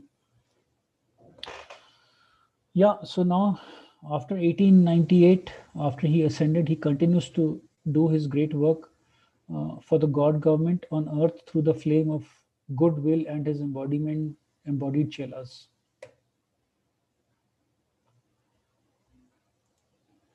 Okay, now we're going to talk about, as I was mentioning, about various qualities. We will be talking about those qualities now, qualities as well as perversions. So what does it mean by perfection?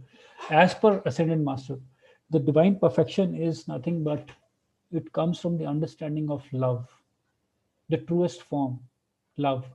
Love is the synonym of light. I'm just reading this because I've prepared these notes, and I've tried to concise them in a very brief manner, summarize them in 2 lines. But these qualities have to be, I just want to mention this, just to master one quality, it takes up one lifetime. And Gautama Buddha, for example, when he was to the stage where he reached of ascension, where Gautama Buddha, as we know him, a life before that particular life when he got ascended, he took birth to master only one of the aspects of God quality. And I'm talking about the fine tuning part, where we talk about secret rays, 5 secret rays. And each ray has 2 qualities, masculine and feminine. So there were 10 qualities. Out of those 10 qualities, for one specific quality, he took one lifetime to master. And then before that, he had mastered all of them. So it takes up lifetimes of lifetimes to master these qualities. So I'm just going to be using one liner.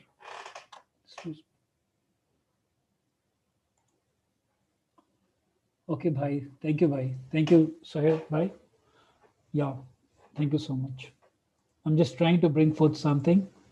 Hopefully, it will be of use to you. Yeah, thank you. Excuse me. Give me a moment.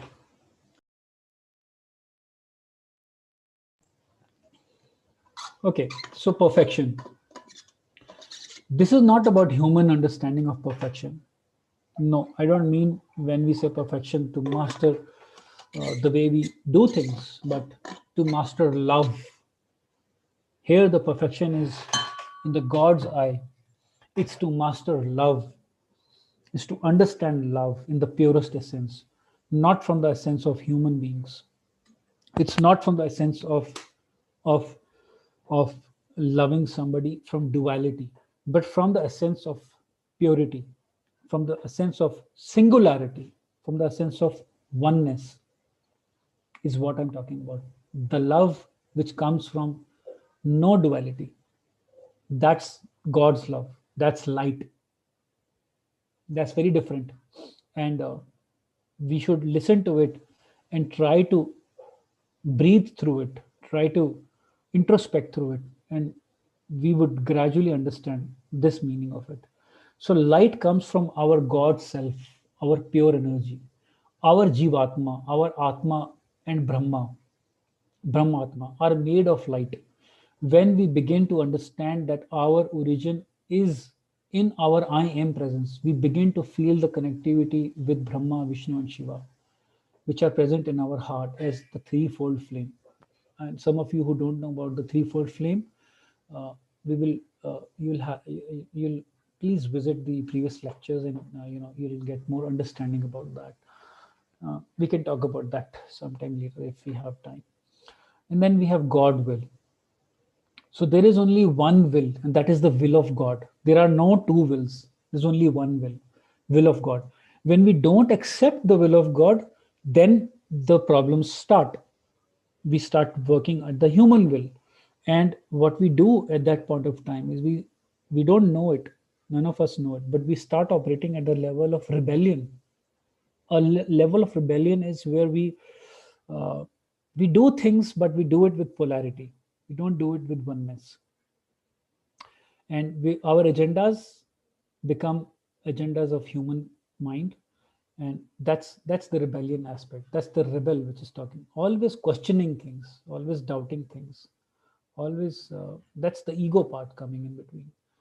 Okay, we become selfish, we become self-centered, we become egoistic, we could become self perversions, all that. Okay, because that's against the will of God. So when we surrender our human ego, our human will, we get in touch with the divine will. Quite interesting, huh? That's how we are, and it's okay. Yeah. And the next quality is the protection and the construction direction. So all these are all working together. Protection of the divine qualities in us as we begin to construct our lives tier by tier.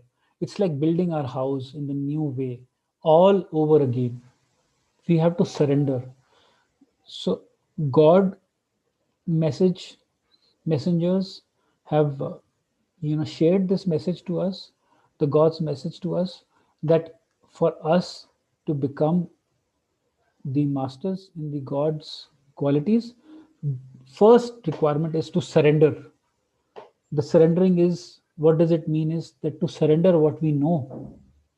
And from that perspective, it's our asset. For us, it's all we have. That's all we have. So that is what he means by deconstructing and then constructing. So this happens in our psyche. We start building a new house in a new way. That is when we demolish the old house and then we start building a new house. That's what it means. Okay. Faith. Well, When you stop questioning from the human mind and have faith, the journey starts. It's a process which requires a continued surrendering, letting go of old ways of thinking, doing prayers, and asking, and also then start doing prayers, and then basically surrendering and giving up our old ways, and then picking up, adapting the new ways, which is prayers and asking question to ascended masters to assist us. For example, ask El Moria, write a letter to Master El Moria. Ask your questions to El Moria in your own language, no format, no right way, no specific uh, protocol of writing, just in your own language, because he is very close to us. He will help us, he will assist us. Now then, going within with our questions and doubts and being willing to be ready to hear the answers. And that's what I was telling Shivani ji, that our answers are within us. We have to have faith. Okay, simple word, but if you look at from God's eye, this has a huge benefit, huge power.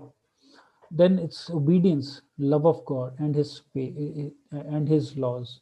So to be consistent and to be meticulous in obeying immediately the voice of consciousness, which is the voice of God's self in us. To know God's will, we must nurture self-discipline and muster willpower to surrender the not self. It is not easy.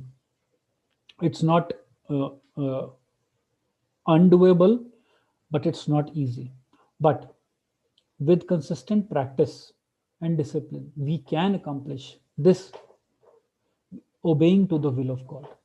And we can start by surrendering to our agendas. Start with surrendering to our agendas. Start with not looking at everything critically. And that is a starting point. You being here already says that you are at that state of surrendering. So extend that to your people. I urge you, and I also request you humbly to extend this to your people. Extend this to the people you don't like. Extend this to the people you like, to everybody. Start to be in the mode of surrender. Yeah. And then we have light, energy, power, courage. So these three names actually mean the same. In other words, the light is an energy and power. As mentioned before, we are being of light and not of flesh and blood. So we are not matter. Of course, we are on the physical realm, but on the highest self of our truest self, of our God self, we are energy, we are vibration. That's who we are. We are light. And that's the highest form of ourself. Our highest self is energy. It exists very much, but not in flesh and blood. So when we understand this and we begin to walk the path of light, the blockages to the light in us are removed and the flow of light increases on our chakras. When our chakras start to integrate and balance, and then they are operating at their highest capacities, we start to experience the God qualities. We begin to feel more empowered in us, including the boldness, the courage, the confidence. This courage has a subtle amount of patience in it. This confidence has a such certain amount of calmness in it. This boldness has a certain amount of peace in it. They are so balanced. That's what I mean. Then the dominion, God control, God desire. This word of God control, God desire, it's very important to understand. So the quality of God desire means to crave for only those desires that are pure and holy. When one begins to manifest those desires, he begins to have control over his feelings and thoughts. In other words, his vibration becomes that of God, God's self, and he makes himself worthy to make dominion over the negative forces of the world. Because eventually, let's face it, 90 more than 90% of the environment is only dark. It's only darkness. It's only our lower energies. But when we start to orient around the God desires, the God will, the God control, what we are doing is we are completely dissolving our craving to fulfill what we want, but we are surrendering that to what God wants. Okay. And as I mentioned, that starting point is to start operating from your heart. You start to see life differently, because what you will need, the desires you will have, why do you need money, why do you need power, will change. You might need power, you might need money, you might need wisdom, but the reasons will change. You might need affection, but the reasons will change. And that's the whole differentiating point. Okay, you will feel that difference. You start becoming, you'll let the control over with the God, hand it over to God. I'll read this again. When one begins to manifest those desires, he begins to have control over his feelings and thoughts. In other words, his vibration becomes that of God's self, and he makes himself worthy to make dominion over the negative forces of the world. Now, then we have God ordained government, business, commerce, transportation, communication, banking. Here, as I mentioned earlier, the word government means God over men.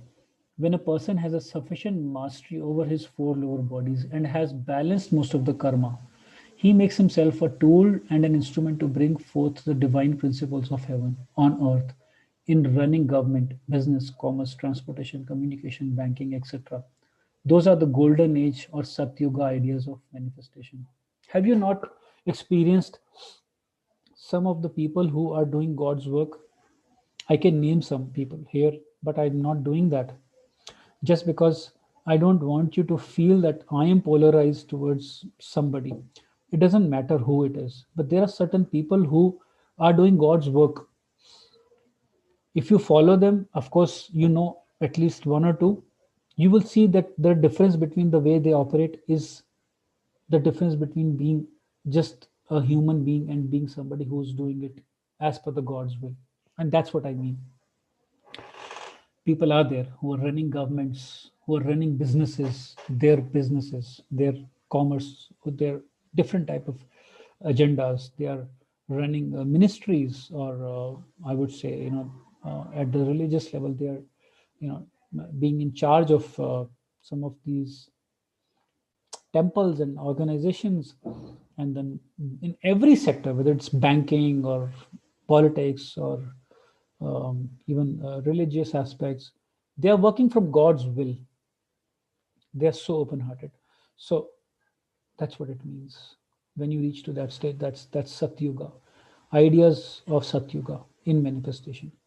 And then we have cosmic and natural laws. The laws of cosmos are natural laws, which for that person become clear and to understand and embody under the first ray of the will of God. What does it mean? So the laws of cosmos are natural laws. It is something that we understand, which becomes our second nature. For us, that's when we are aligned with the God quality. And they become clear to understand. We become so clear that we understand them very, very well. Okay. And then we start practicing the will of God. So when one realizes that there is nothing personal about happening in him or her, and it is a common process to entire world, like whatever is happening to Akash, whatever is happening to Ram Bhai, to Madhu, to Shivani ji, to Bonita, to all of you, is not specific, but it's a part of the process. And but it sounds to be very specific in current lifetime, what Akash is facing, what Ram Bhai is facing, what Sister Madhu is facing, what Shwani ji is facing, what Benita is facing, and what other Nisha is facing, what Sahir Bhai is facing. All of us are facing different things. Makes us different, makes us unique, makes us very unique. But we forget that we, in another lifetime, which is unique, which we feel unique right now, or we see that somebody else is facing, is very different to us. We have a different eye towards it. In the next lifetime, we experience that. And in many, many, many lifetimes, we would experience everything that we feel is different. So we start realizing in this lifetime itself that nothing that is happening is personal. Nothing is personal, nothing. Everything is a part of the process to the whole world. So at that stage, at one moment, okay, we will experience all that. When we start living like this, we are cosmically interconnected through the cosmic consciousness. And that is nothing what it means by the cosmic and the natural laws. We become the part of the divine intelligence. We become the part of the divine consciousness. I think that is what Rambhai also was stating, that we start aligning towards that true God consciousness. We start aligning with God. Okay. So we have completed one portion, then we have perversions, but I'll just stop here uh, for you to ask questions. And if there is some more time, if Rambai agrees, then we will, or maybe if in fact, if he feels there is more time, then we can go to another slide. We have two more slides, but I open this for questions for the moment. Any questions, brothers and sisters, you have right now? There is no any time limitation, Akash Bhai. If you would like to go ahead, please go Okay. as Okay. per our friends who are here, how they resonate. You can take more time. Just Okay. no issue. I have some of them have dropped off, brother. We only have Shivani, Sahir, of course, Madhuji, Bonita, and someone is from the Grace meditation group as well. So, Beam meditation group as well. So, yes, friends, any questions? Okay, how was it so far? Are you following it? Is it going a little ahead of time? I mean, are you able to relate to it, or you feel it's a little ahead, going a little on top of the head right now? What do you feel? I see at least 5 people. Yeah, I'd like to hear from you. How is it going so far? Is it making sense? Yes, Sahir bhai, you're trying to say Hello. something. Yes. Yeah, I'm amazed. I'm amazed the way, and I wish to continue more of this session. So please don't put any time limitations like Ram was just saying. And I especially relate to Abraham's story, and I was researching it since a long time because um, he became one of my role models, because he didn't get any messages from God in the beginning or something, but according to history, but he was just refusing his society, the frames, like you were saying before, and just meditated until he found his connection to God. So is really fascinating, but it's the first time we to hear. He's so amazed. That's really amazing. Thank you so much for keeping it simple, Akash. And please continue as you can. Thanks, brother. Yeah, I'm sure it will resonate if we are open, even if we don't have any spiritual inclination earlier or knowledge. But if we are just coming with an open heart and mind, it will resonate. But for sure, if as you have Exactly. been following Abraham, now you see how everything is linked. There is no bracket or confinement of any religion, because he has lived through so many embodiments already, and this is what I'm referring to right now. That we understand the depth of these teachings from the aspect of ascended masters, not from the aspect of any previous learnings that we have. And it will, so to say, it will knock our socks off, because most of the things that we will learn here wouldn't have been spoken before, because these teachings were not so, they were not been mentioned in any of the scriptures. And that is why it appears to be new, I would say, though they have not been, they have been there from eons of years. So, yeah, thanks, brother. Thank you. Yeah, thank you. And, And and something more to add, sorry. I'm sorry. According to Your voice is breaking, brother. He's sorry, let me disconnect the.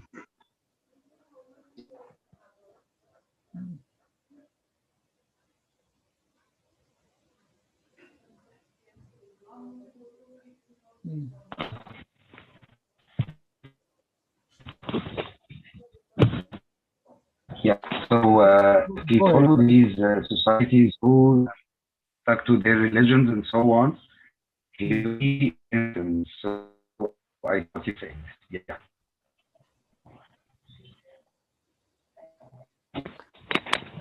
I can't quite make out the last word. If you can just, there's a poor connection, brother. Maybe you can just put it in the text box, and if there is a question, but anything also, if you have a comment, maybe you just put it in the text box for the moment.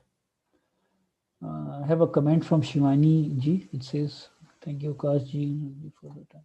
Divine nectar of wisdom, forward for more divine." Yes, Shivani ji, it's a pleasure that you are here. The reason that we are here, Ram Bhai is here, I am here, because you are here. The teachings from Ascended Masters is about spreading the word. And I feel that we are all part of this link. What I received some time ago, Brother Ram received from his masters, his parents, he is sharing, I am sharing.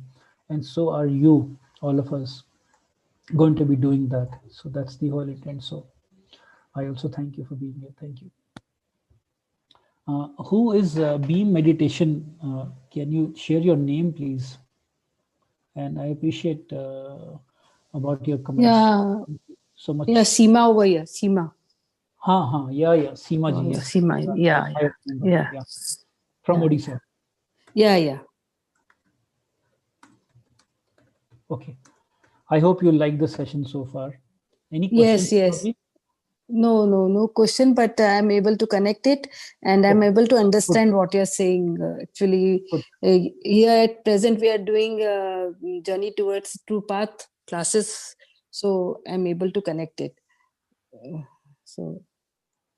Okay. Bunita ji, thank you so much. Thanks to you for being here and listening. Is it resonating with you, Bunita ji? Is the information resonating with you? You can unmute.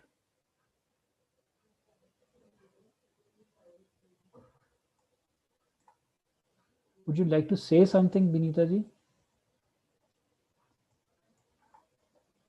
Okay, I think you're on text. Okay, fine, sure. No problem, that's okay, no problem. Yeah. My intention is that you're able to get the information. So, okay, great. And Vimla ji, you would like to say something?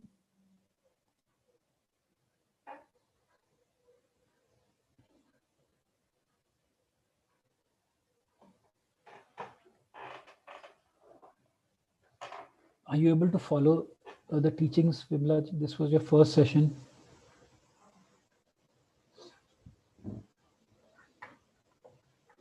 Okay, maybe perhaps we'll move on. So we'll have just 2 more slides, and then there is a 20 minutes of nice chakra meditation. So I'll take your consent before starting that meditation if the time allows. But now we're going to the perversions. So this is the flip side, the dark side of the God qualities. So all of us have them in us in different degrees. And one aspect about a human being which we must remember is that we are always operating at multiple consciousness levels. But if we are focused and we are practicing certain things with mindfulness, like the God qualities, and also we are working on surrendering, it will really help us to connect to the higher consciousness. And also doing some specific meditations. We will do one of them today, which is a chakra cleansing meditation. Very, very powerful meditation. We are glad that this meditation has been shared with us openly which was not the case earlier. So I have this consent, and it's in directly from the Elizabeth Clare's voice, and yeah, and it has been explained very nicely. So you will be guided through that meditation. Anyways, so when we start doing some meditation, form of meditation, and doing some cleansing, and also doing decree, and also working on our psychology, okay, surrendering to various perversions, we will observe that we are starting to incline towards the qualities, and not towards the perversions. So the goal is to move from the human ego to the God ego. Now, why we say God ego is because we are still at the stage where we are going to be at the human stage, and we are starting to move towards the God qualities. And we understand this at a psychic level, at a human level, until we are on the planet. So our meditations, they help us to disconnect from the negative things and still be at a we use our intellect so that we can practice all the positive or the God qualities. Okay. uh, I would refrain from using more words because it will create more questions, but let's start to use them, practice them, implement them, and experience them, and then let's talk about them further. Okay, otherwise it just becomes a theory. All right, so now first perversion is the imperfection. Imperfection means the lack of understanding and the meaning of divine love, which is basically the ultimate oneness. When we operate from duality, always have a question, we have a human questioning mind, we are operating inside of our imperfection. Okay, now what is relative and what is dual, and what is oneness and what is singular? Relativity and duality means that we have good and we have bad, we have love and we have hate, we have white and we have black. In other words, there is only one coin of love to look from, and when we look at from that, it is divine love. But in polarity, when in singularity one sees, or in polarity one sees both sides. Okay, sorry, in singularity one sees both sides written as love on the coin. So we don't have an aspect of negativity to polarity or to singularity. It's only one. That's the oneness that we're talking about. So so our idea is to move from the duality to polarity, from duality to singularity. Okay. Now that person loves himself and others unconditionally, but in duality one sees that one side of the coin is written love and the other side as hate, and that person is loving with conditions. Okay. Okay, bhai. Sure, bhai, no problem. uh, I will take care of it, and I will, once this is over, I will end the session, and you can move on, brother. It's absolutely okay. Yeah, and thank you so much for being all this while. I have a deep love you, brother. Love you so much, and uh, deep reverence to you. Thank you. God bless you. And then we talk about the human will. In simple terms, this person is driven by a human ego. When we were talking earlier about God will, so opposite to the, so all we have studied earlier is the human, is the God qualities. Opposite to that are human qualities, or you would say human perversions. So a person who is driven by human ego, his motto is to do my way or highway. जो मेरी बात नहीं तो और किसी की बात नहीं. I don't care. That's the approach, and that is all that we talk about.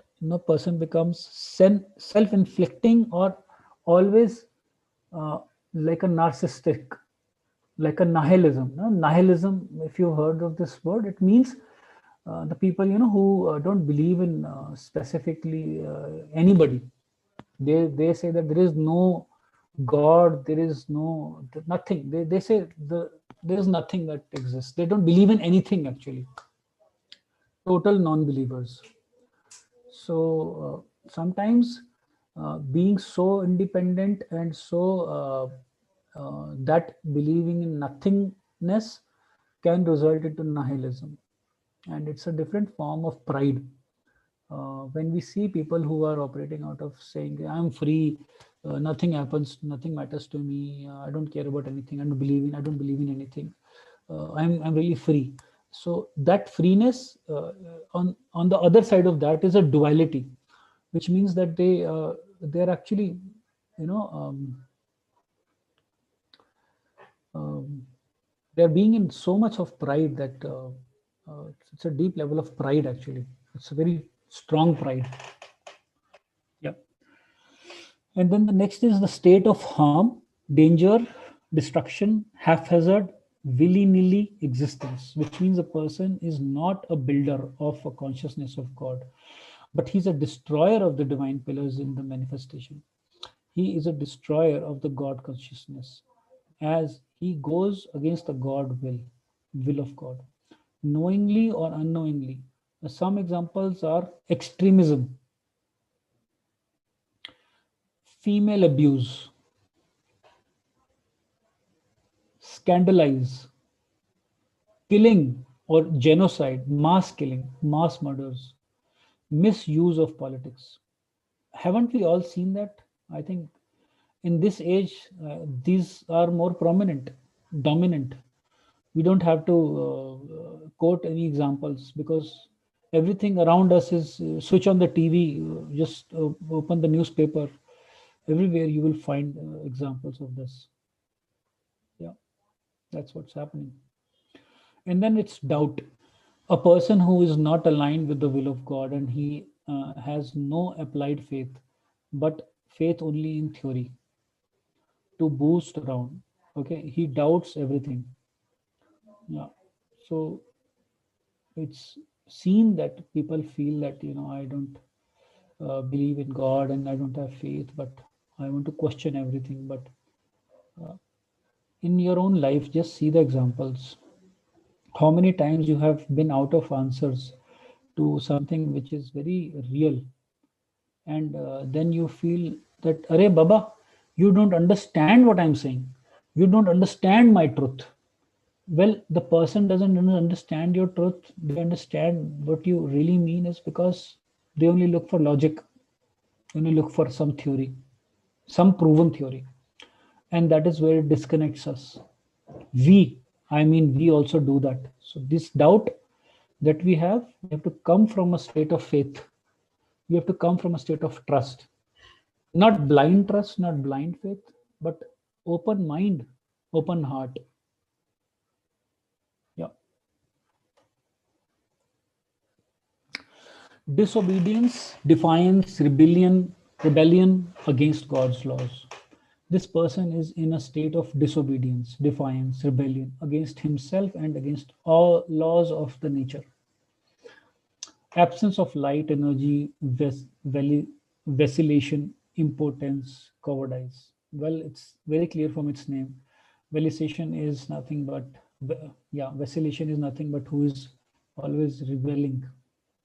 A person who has set himself against the first ray of the will of God is misusing that light and has already misused the light and is stealing the light from others to live by conceit, deceit, and other unlawful means. Subjection, psychic manipulation, black magic. It's very clear from the words. The people who operate against the will of God manipulate others through practices of black magic, manipulation, etc. Disorganization in the affairs and economy of nations and societies resulting from mortal codes.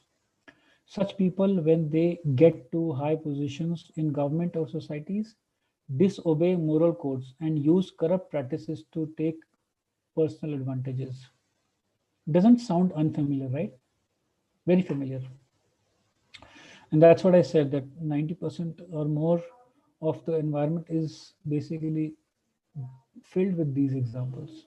So our journey or our path definitely needs a lot of discipline, focus, and obedience. Mortal laws and lawlessness. Such people engage in violations of mortal laws and engage in practices of lawlessness. Okay, now any questions? I think we are at the end of the session, and I have listed on some practices that will help you to orient around yourselves.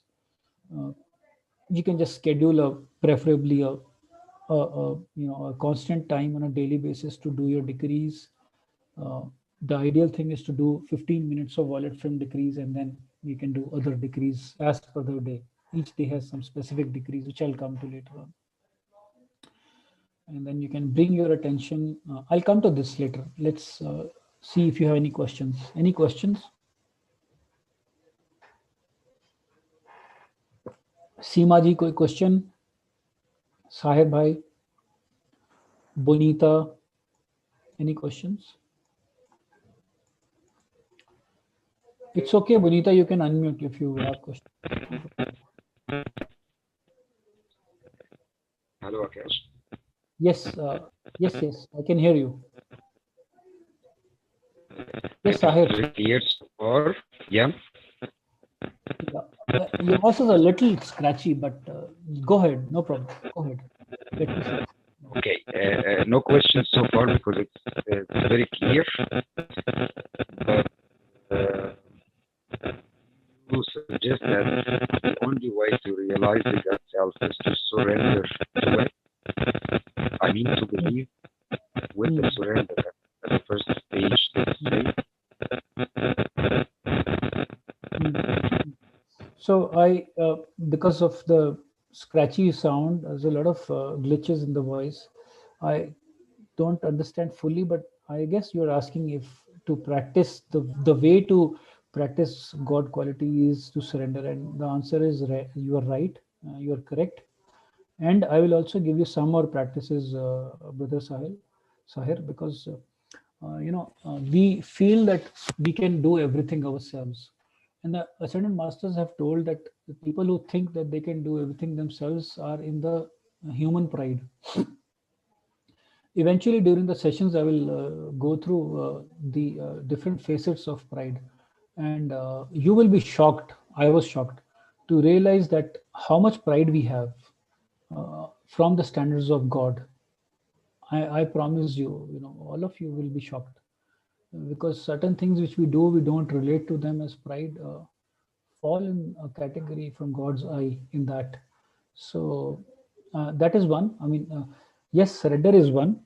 And then the second thing is, as I mentioned, that you need to take help. Everything is not done by us.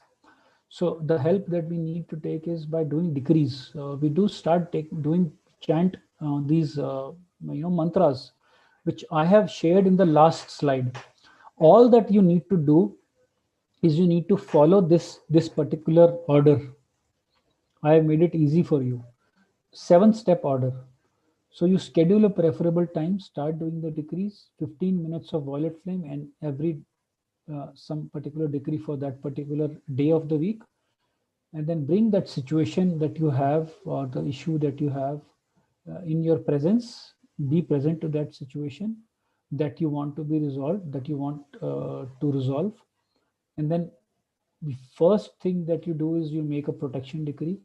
And the protection decree is done because while we do these chanting, our lower bodies or the dark energies, they want to take over. They want to have an importance. Okay, so that we don't get completely engulfed with the humanness that we have, because that is what is keeping us in the lower states, dense, that density is increasing. We do a protection decree. It helps us to protect from the dark energy and the evil energy, so to say. We do this decree, and then we do a preamble. And then preamble is nothing but the invocation prayer before the decree. And then we speak when we do the decree, we do it very clearly. We speak each word clearly, with respect, with concentration, attention, and gradually we increase the speed of the particular decree that we're doing, and we also increase the number of repetitions. And then we visualize while we do the decree. that we are enveloped in a 9 meters in the dia and in the height, a small tube in which we are enveloped, okay? And it's a tube of violet flame and white, diamond shining white light of God. And then we are standing in that along with our issue, and then we do our decree, okay? We do our protection decree, invocation, we do the invocation, and then finally we close the decree. So these steps have been highlighted. Sorry, it's 7.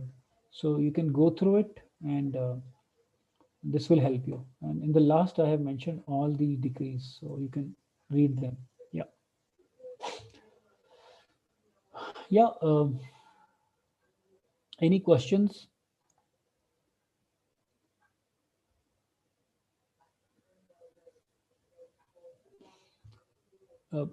Bunita ji, you can unmute if you had a question. It's okay. We'll see if there is some scratchy sound. No problem.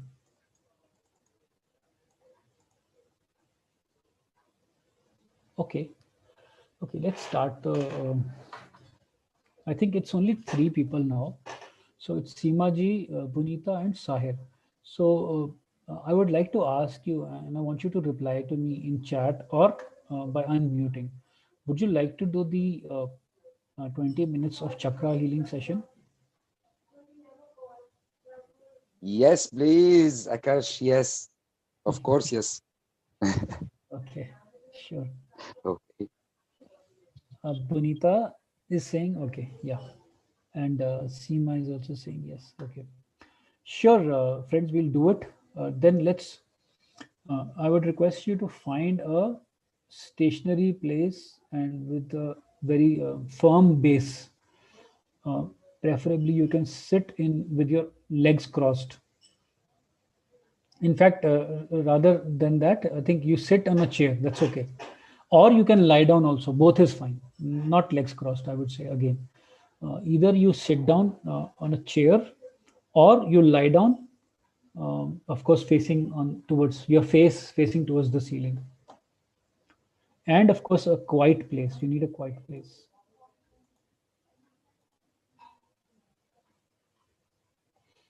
Let me know when you're ready. I need your thumbs up.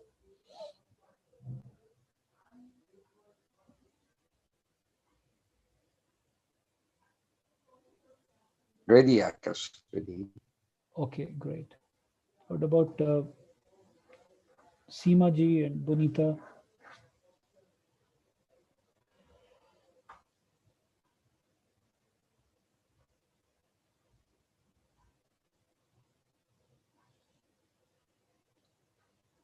Okay, Bunita is saying yes. Okay, let's start.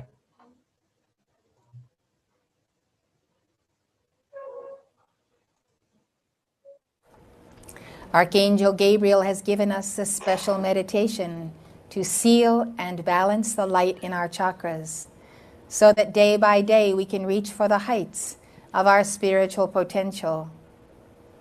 Give this chakra meditation upon awakening and throughout the day, especially when you need a spiritual boost. First of all, place your left hand over your heart chakra in the center of your chest, like this. Use your 3 fingers, your thumb and 2 fingers, and keep this focus here throughout this meditation. The left hand is not going to move, so it's here till we have finished. Now place your right hand over your left hand, as I am doing right now. I'm putting my right hand over the left hand that I first put here over the heart chakra. Here's the center of your heart with your thumb, index finger, and middle finger. It's right in the center. My left hand. My right hand goes on top of it, so both hands are together.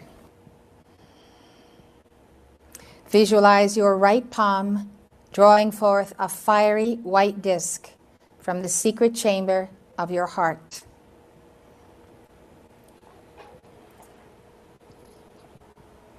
Do this now as a visualization. Visualize your right palm drawing forth a fiery white disk. Feel yourself pulling this disk with intensity. It is from the secret chamber of your heart. Archangel Gabriel calls this white disc an electrode of energy. An electrode of energy. Feel your palm pulling out this white light, which you will now use to nourish each chakra. With your hands still over your heart chakra, feel the fire of God.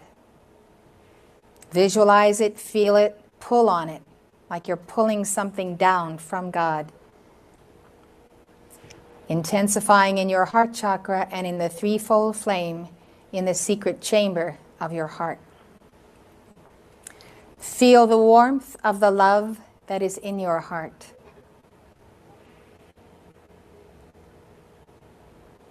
Now remember to leave your left hand on your heart chakra. Now remove your right hand from being over that left hand. So now your right hand is free. Place your right hand 1 to 2 inches above your crown chakra at the top of the head, as I am doing right now. Right hand 1 to 2 inches above your crown chakra at the top of your head. You are drawing energy from your heart chakra with your left palm, which remains right where it is. You're drawing energy from your heart chakra with your left palm. You are placing this energy over your crown chakra with your right palm. See the crown chakra as a brilliant golden yellow. It has 1,000 petals. Feel the connection of light as it flows through your right palm to your crown chakra.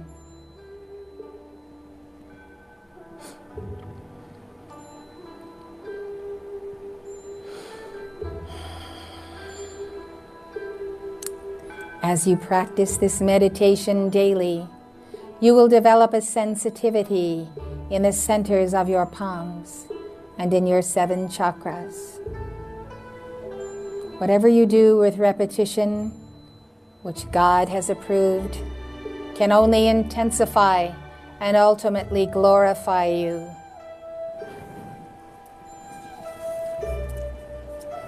Close your eyes and visualize this white fire disk of God's energy, charging your crown chakra, stimulating it by the power of the secret rays through your right hand, balancing it.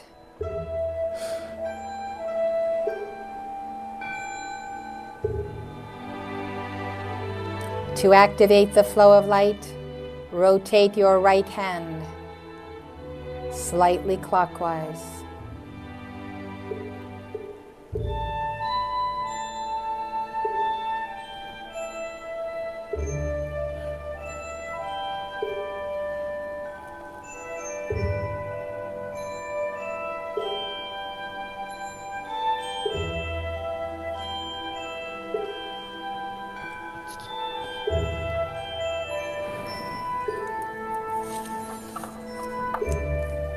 When you feel the flow of light intensify, move your right hand to about 1 inch in front of your third eye.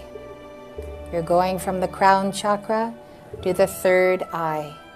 With your right hand, the left hand is still in the center of the heart. The third eye is located between your eyebrows. Although your chakras are positioned along your spinal column, for this exercise, you will always be moving your right hand to the corresponding position along the front of your body.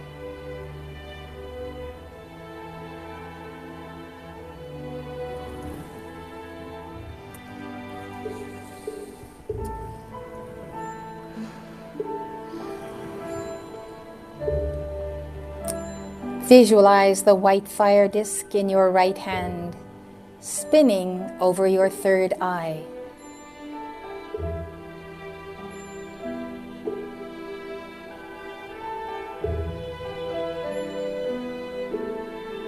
Your third eye chakra has 96 petals. It is emerald green. Rotate your right hand clockwise over your third eye chakra.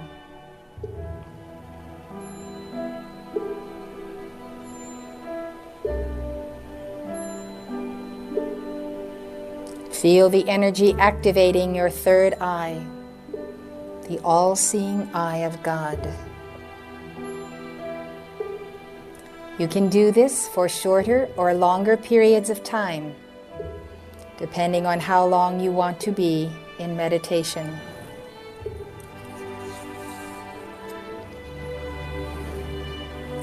If you feel any pain in your third eye, move to the next step. You don't want to overstimulate the chakras at first.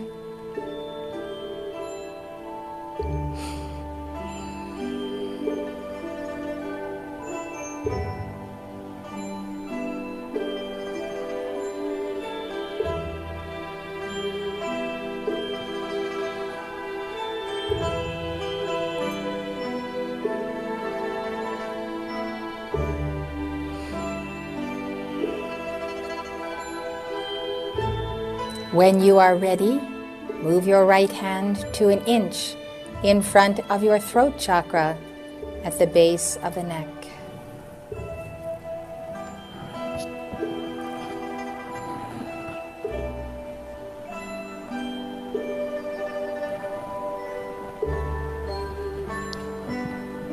Your throat chakra has 16 petals. See it as an intense blue.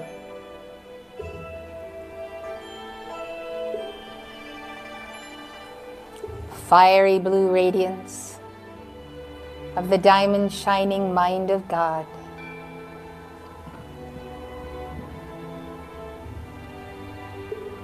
Visualize the disk of dazzling white fire activating your throat chakra as you rotate your right hand in a clockwise direction.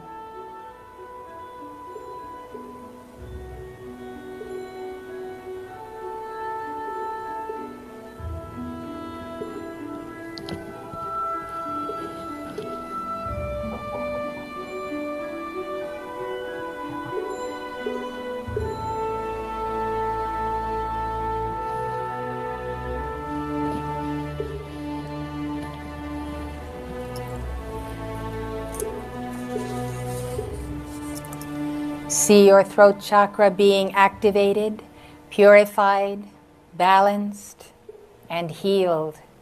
See it taking place. See the diamonds, sapphires, sparkling jewels that purify all misuses of the throat chakra, of anger, of all that is less than Christ's perfection. Dedicate your voice and your throat chakra to delivering the Word of God and the Ascended Masters to the world. Your throat chakra is the chakra of speech.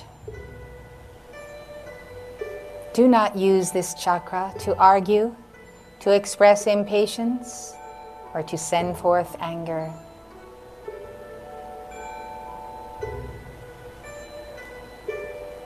When you do that, it pulls you down and lowers your vibration. Consider your throat chakra as a gift God has given you to bless all life with kindness and compassion, with teaching and helpfulness.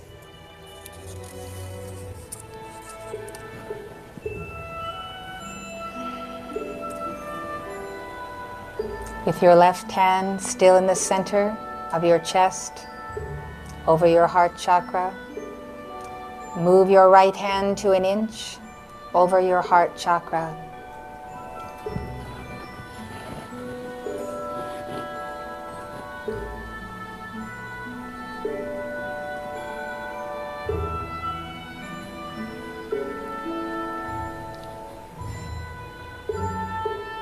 Your heart chakra has 12 petals. It is pink. Feel the light of God charging your heart chakra as you rotate your hand.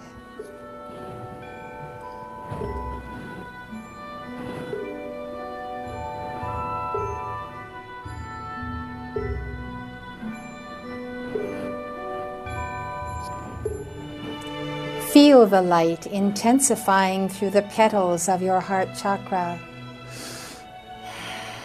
Take several deep breaths.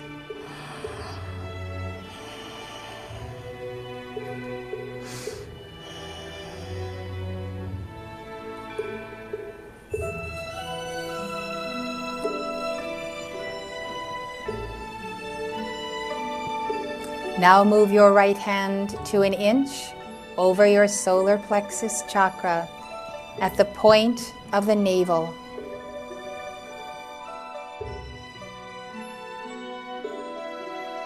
The right hand is over the solar plexus, the point of the navel.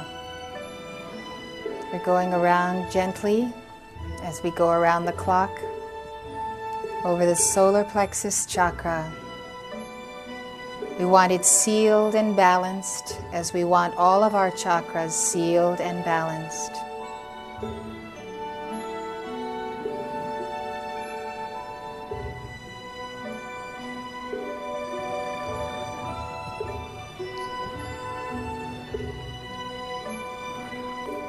The 10-petaled purple and gold chakra is referred to as the place of the sun.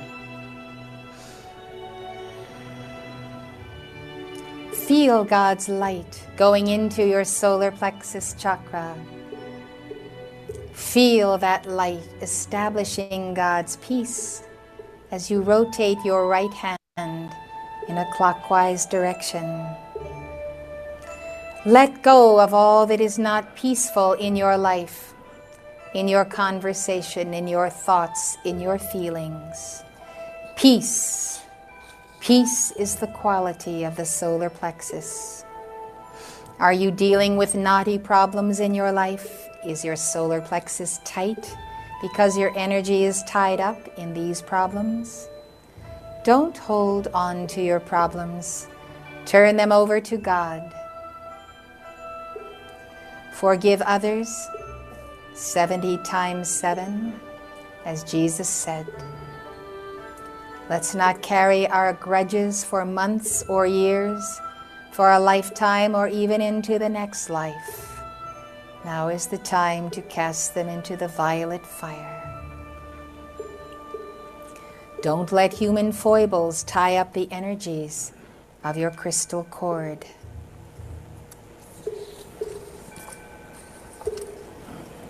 Move your right hand to an inch over your seat of the soul chakra. This is midway between the solar plexus and the base of the spine. So this is the seat of the soul where my hand is. And this is the point, right at this place. It's below the navel. It's just below the navel.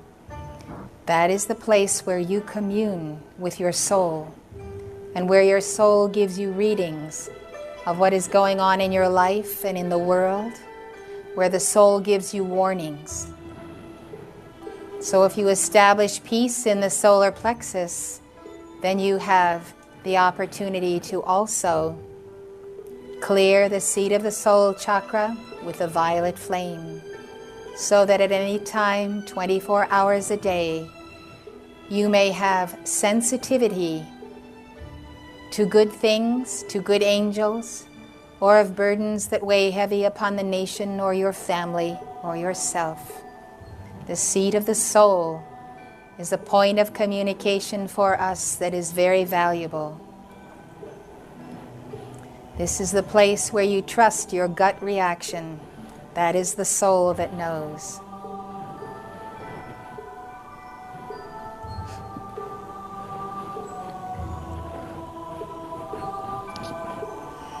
The seat of the soul chakra has 6 petals. Its color is violet.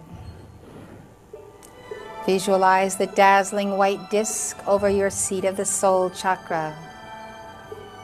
Rotate your right hand in a clockwise direction.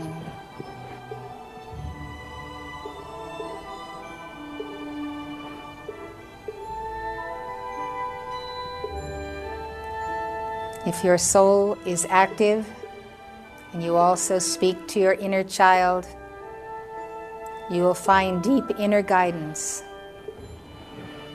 from this chakra, the seat of the soul. Rotate your right hand in a clockwise direction. Move your right hand to 1 inch in front of your base of the spine chakra. This is at the very base of the spine.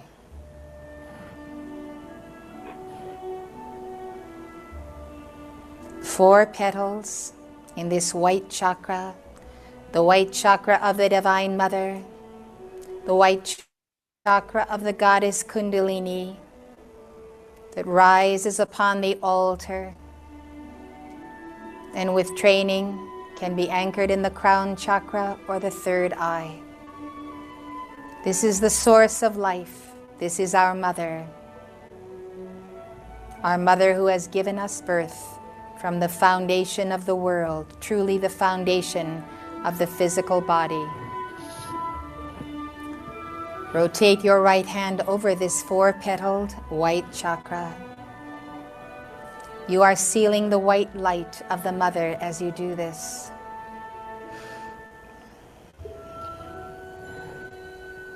You are stimulating and balancing the base chakra as well as the flow of the Kundalini up the spinal altar.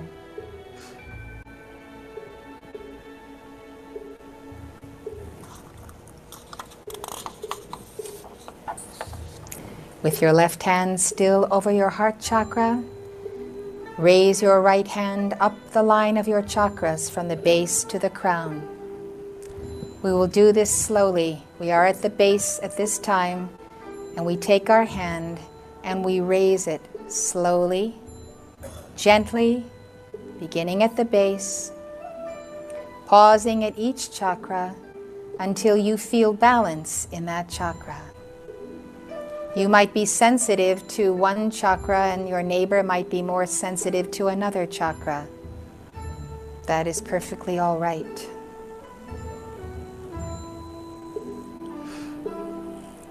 Each chakra is a station where you process the next level of light. You can do this last step 3 or 4 times, going over the chakras from the base to the crown. Each time sense that you are both sealing the light and pulling up the light. Seal the light. Seal the light. Let no one enter the doors of your chakras. You are sealing the light and pulling up the light. Have the sensation that you're pulling it up. Visualize it rising on the spinal altar. You can assist this action by breathing deeply.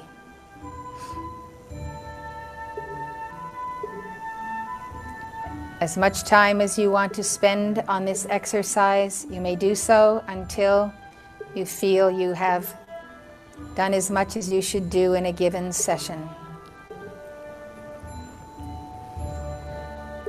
As we go up the spinal altar, we bring the right hand back to our heart chakra, placing it over the left hand.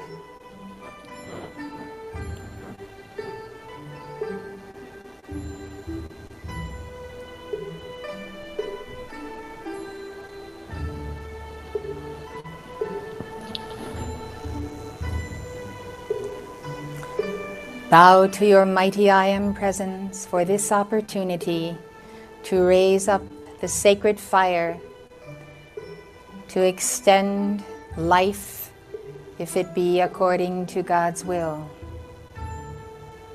We thank the Almighty I Am presence for the opportunity to know eternal life even within this physical temple, within the etheric plane, the mental, the desire body.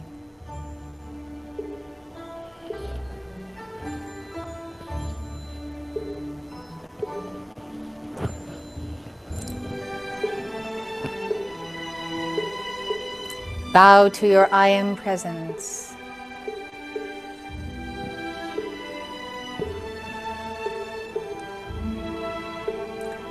Then chant the sacred syllable of the Om.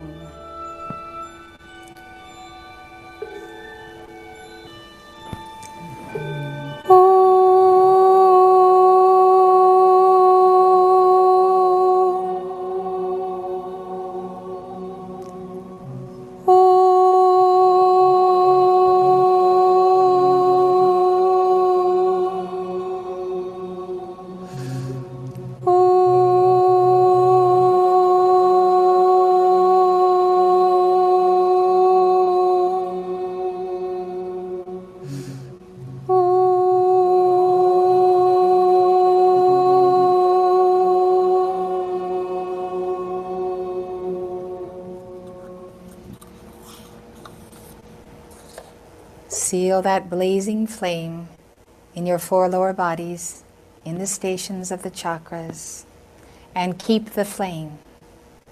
We are keepers of this flame so that we might have life and have it abundantly through our chakras. You can open your eyes.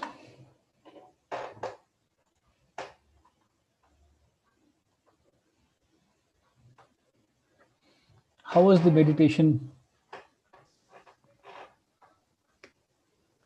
Yeah, it was truly very nice.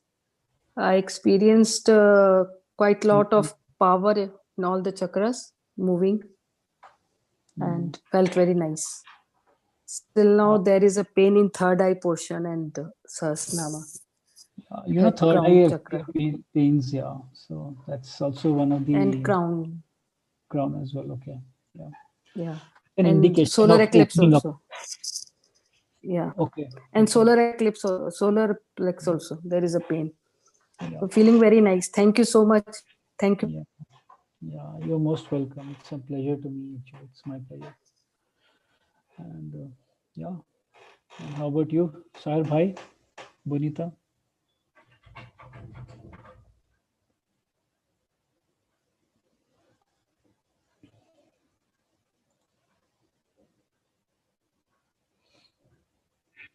Yes, Akash. How was your experience? Amazing. First, thank you for this immediate, effective exercise. I'm still trying to gather words. Actually, when we were doing this exercise, and I felt like some chakras are pulling and some chakras are pushing. As I was doing Qigong before, so I'm a bit familiar with the sensing exercises, but some chakras needed needed something, and I felt like the last exercise, raising the hand over the chakras, I repeated it 3 times because I felt like it's very soothing and balancing and connecting all the chakras together. But I felt like there are 2 chakras. Sorry. I felt like there are 2 chakras that were tingling and pushing my hand by the end of this meditation, which were the third eye and the crown. But unintentionally, when we were doing the base of the spine chakra, the root chakra, I was doing the locks or badas when you lock the muscles, but it was unintentional. So I tried to stop it. I know it's another technique and another exercise, but it happened unintentionally. Then it stopped by itself. Maybe I needed it or something. But by the end of the exercise, I felt like I was glowing somehow. So thank you so much, Akash. I will do this every day. Yeah, don't bother about it. I think it got stopped in between. It's okay. But as long as you're able to feel that there is impact of the movement of your hands on the different meridian points through the visualization and the guided method that she was asking us to rotate and all that, it's okay. So we always have tomorrow is a new day, so we can do it. But if we do it this repeatedly, the idea was that if we do it repeatedly, we definitely start feeling a sense of alteration in the way we conduct things, various aspects of it. It starts resonating with our God qualities. Let me put it that way. And we will start feeling the change in our tone, the change in our approach of relating to others' opinions, comments, in the way we look at things. How do we use our language, our words? These things start to impact our emotions, our thoughts. Everything is integrated. So we start feeling that shift. And just as we progress, we should know that these chakras are always operating in pairs. As I covered that in the last session, but just for the benefit of both of you, these chakras are always operating in pairs. So the crown chakra, it operates in pair with the base of the spine, which is root chakra. The third eye chakra operates with, in conjunction with the seat of the soul, which is our sacral chakra. And then the throat chakra with our solar plexus. Okay, and what we mean by pairs is that, they form a concentric circle. And each of these chakras, they actually are helping to balance the other chakras. But if you notice, the heart chakra doesn't have any pair. It's because the heart chakra is the one which is also having our threefold flame, and that is the soul connection with our God self. Okay, so also it helps to kind of assimilate. Also, it helps us to refocus, or it becomes our you could say as the base of collection of the energy. So all, if you see the chakras, we are moving our hands, they are centering through heart. So we pull the energy, the God energy, we pull the white energy, white fiery disk, as Archangel Michael says, white fiery disk from our heart, and then we go over each chakra. So that is another aspect around it. So visualization will really help. Okay, all that we have shared in the previous slides, we have also highlighted some of the points. For each point, we have all the there are different decrees. So each decree has been bookmarked here. You can use them from this last slide, and this will be shared in the group once you are connected to that. Okay. So yeah, I think that's all for today. Yeah, thank you so much, Akash. Yeah. Sorry, I'm using my phone, so my computer stopped working. It's a Zoom, so I'm looking here on the computer, so that's why you don't see me face to face. Okay, so it was a nice session. I wish you have a wonderful Saturday and Sunday, and looking forward to meet you again very soon. Yeah. Namaste. Namaste. Namaste. Thank you, sir. Thank you. Thank you, sir. Namaste. It was amazing. Thank you so much. Namaste all. Bye-bye. Yeah. Thank you, sir. Bye. So, bye for now. Bye-bye.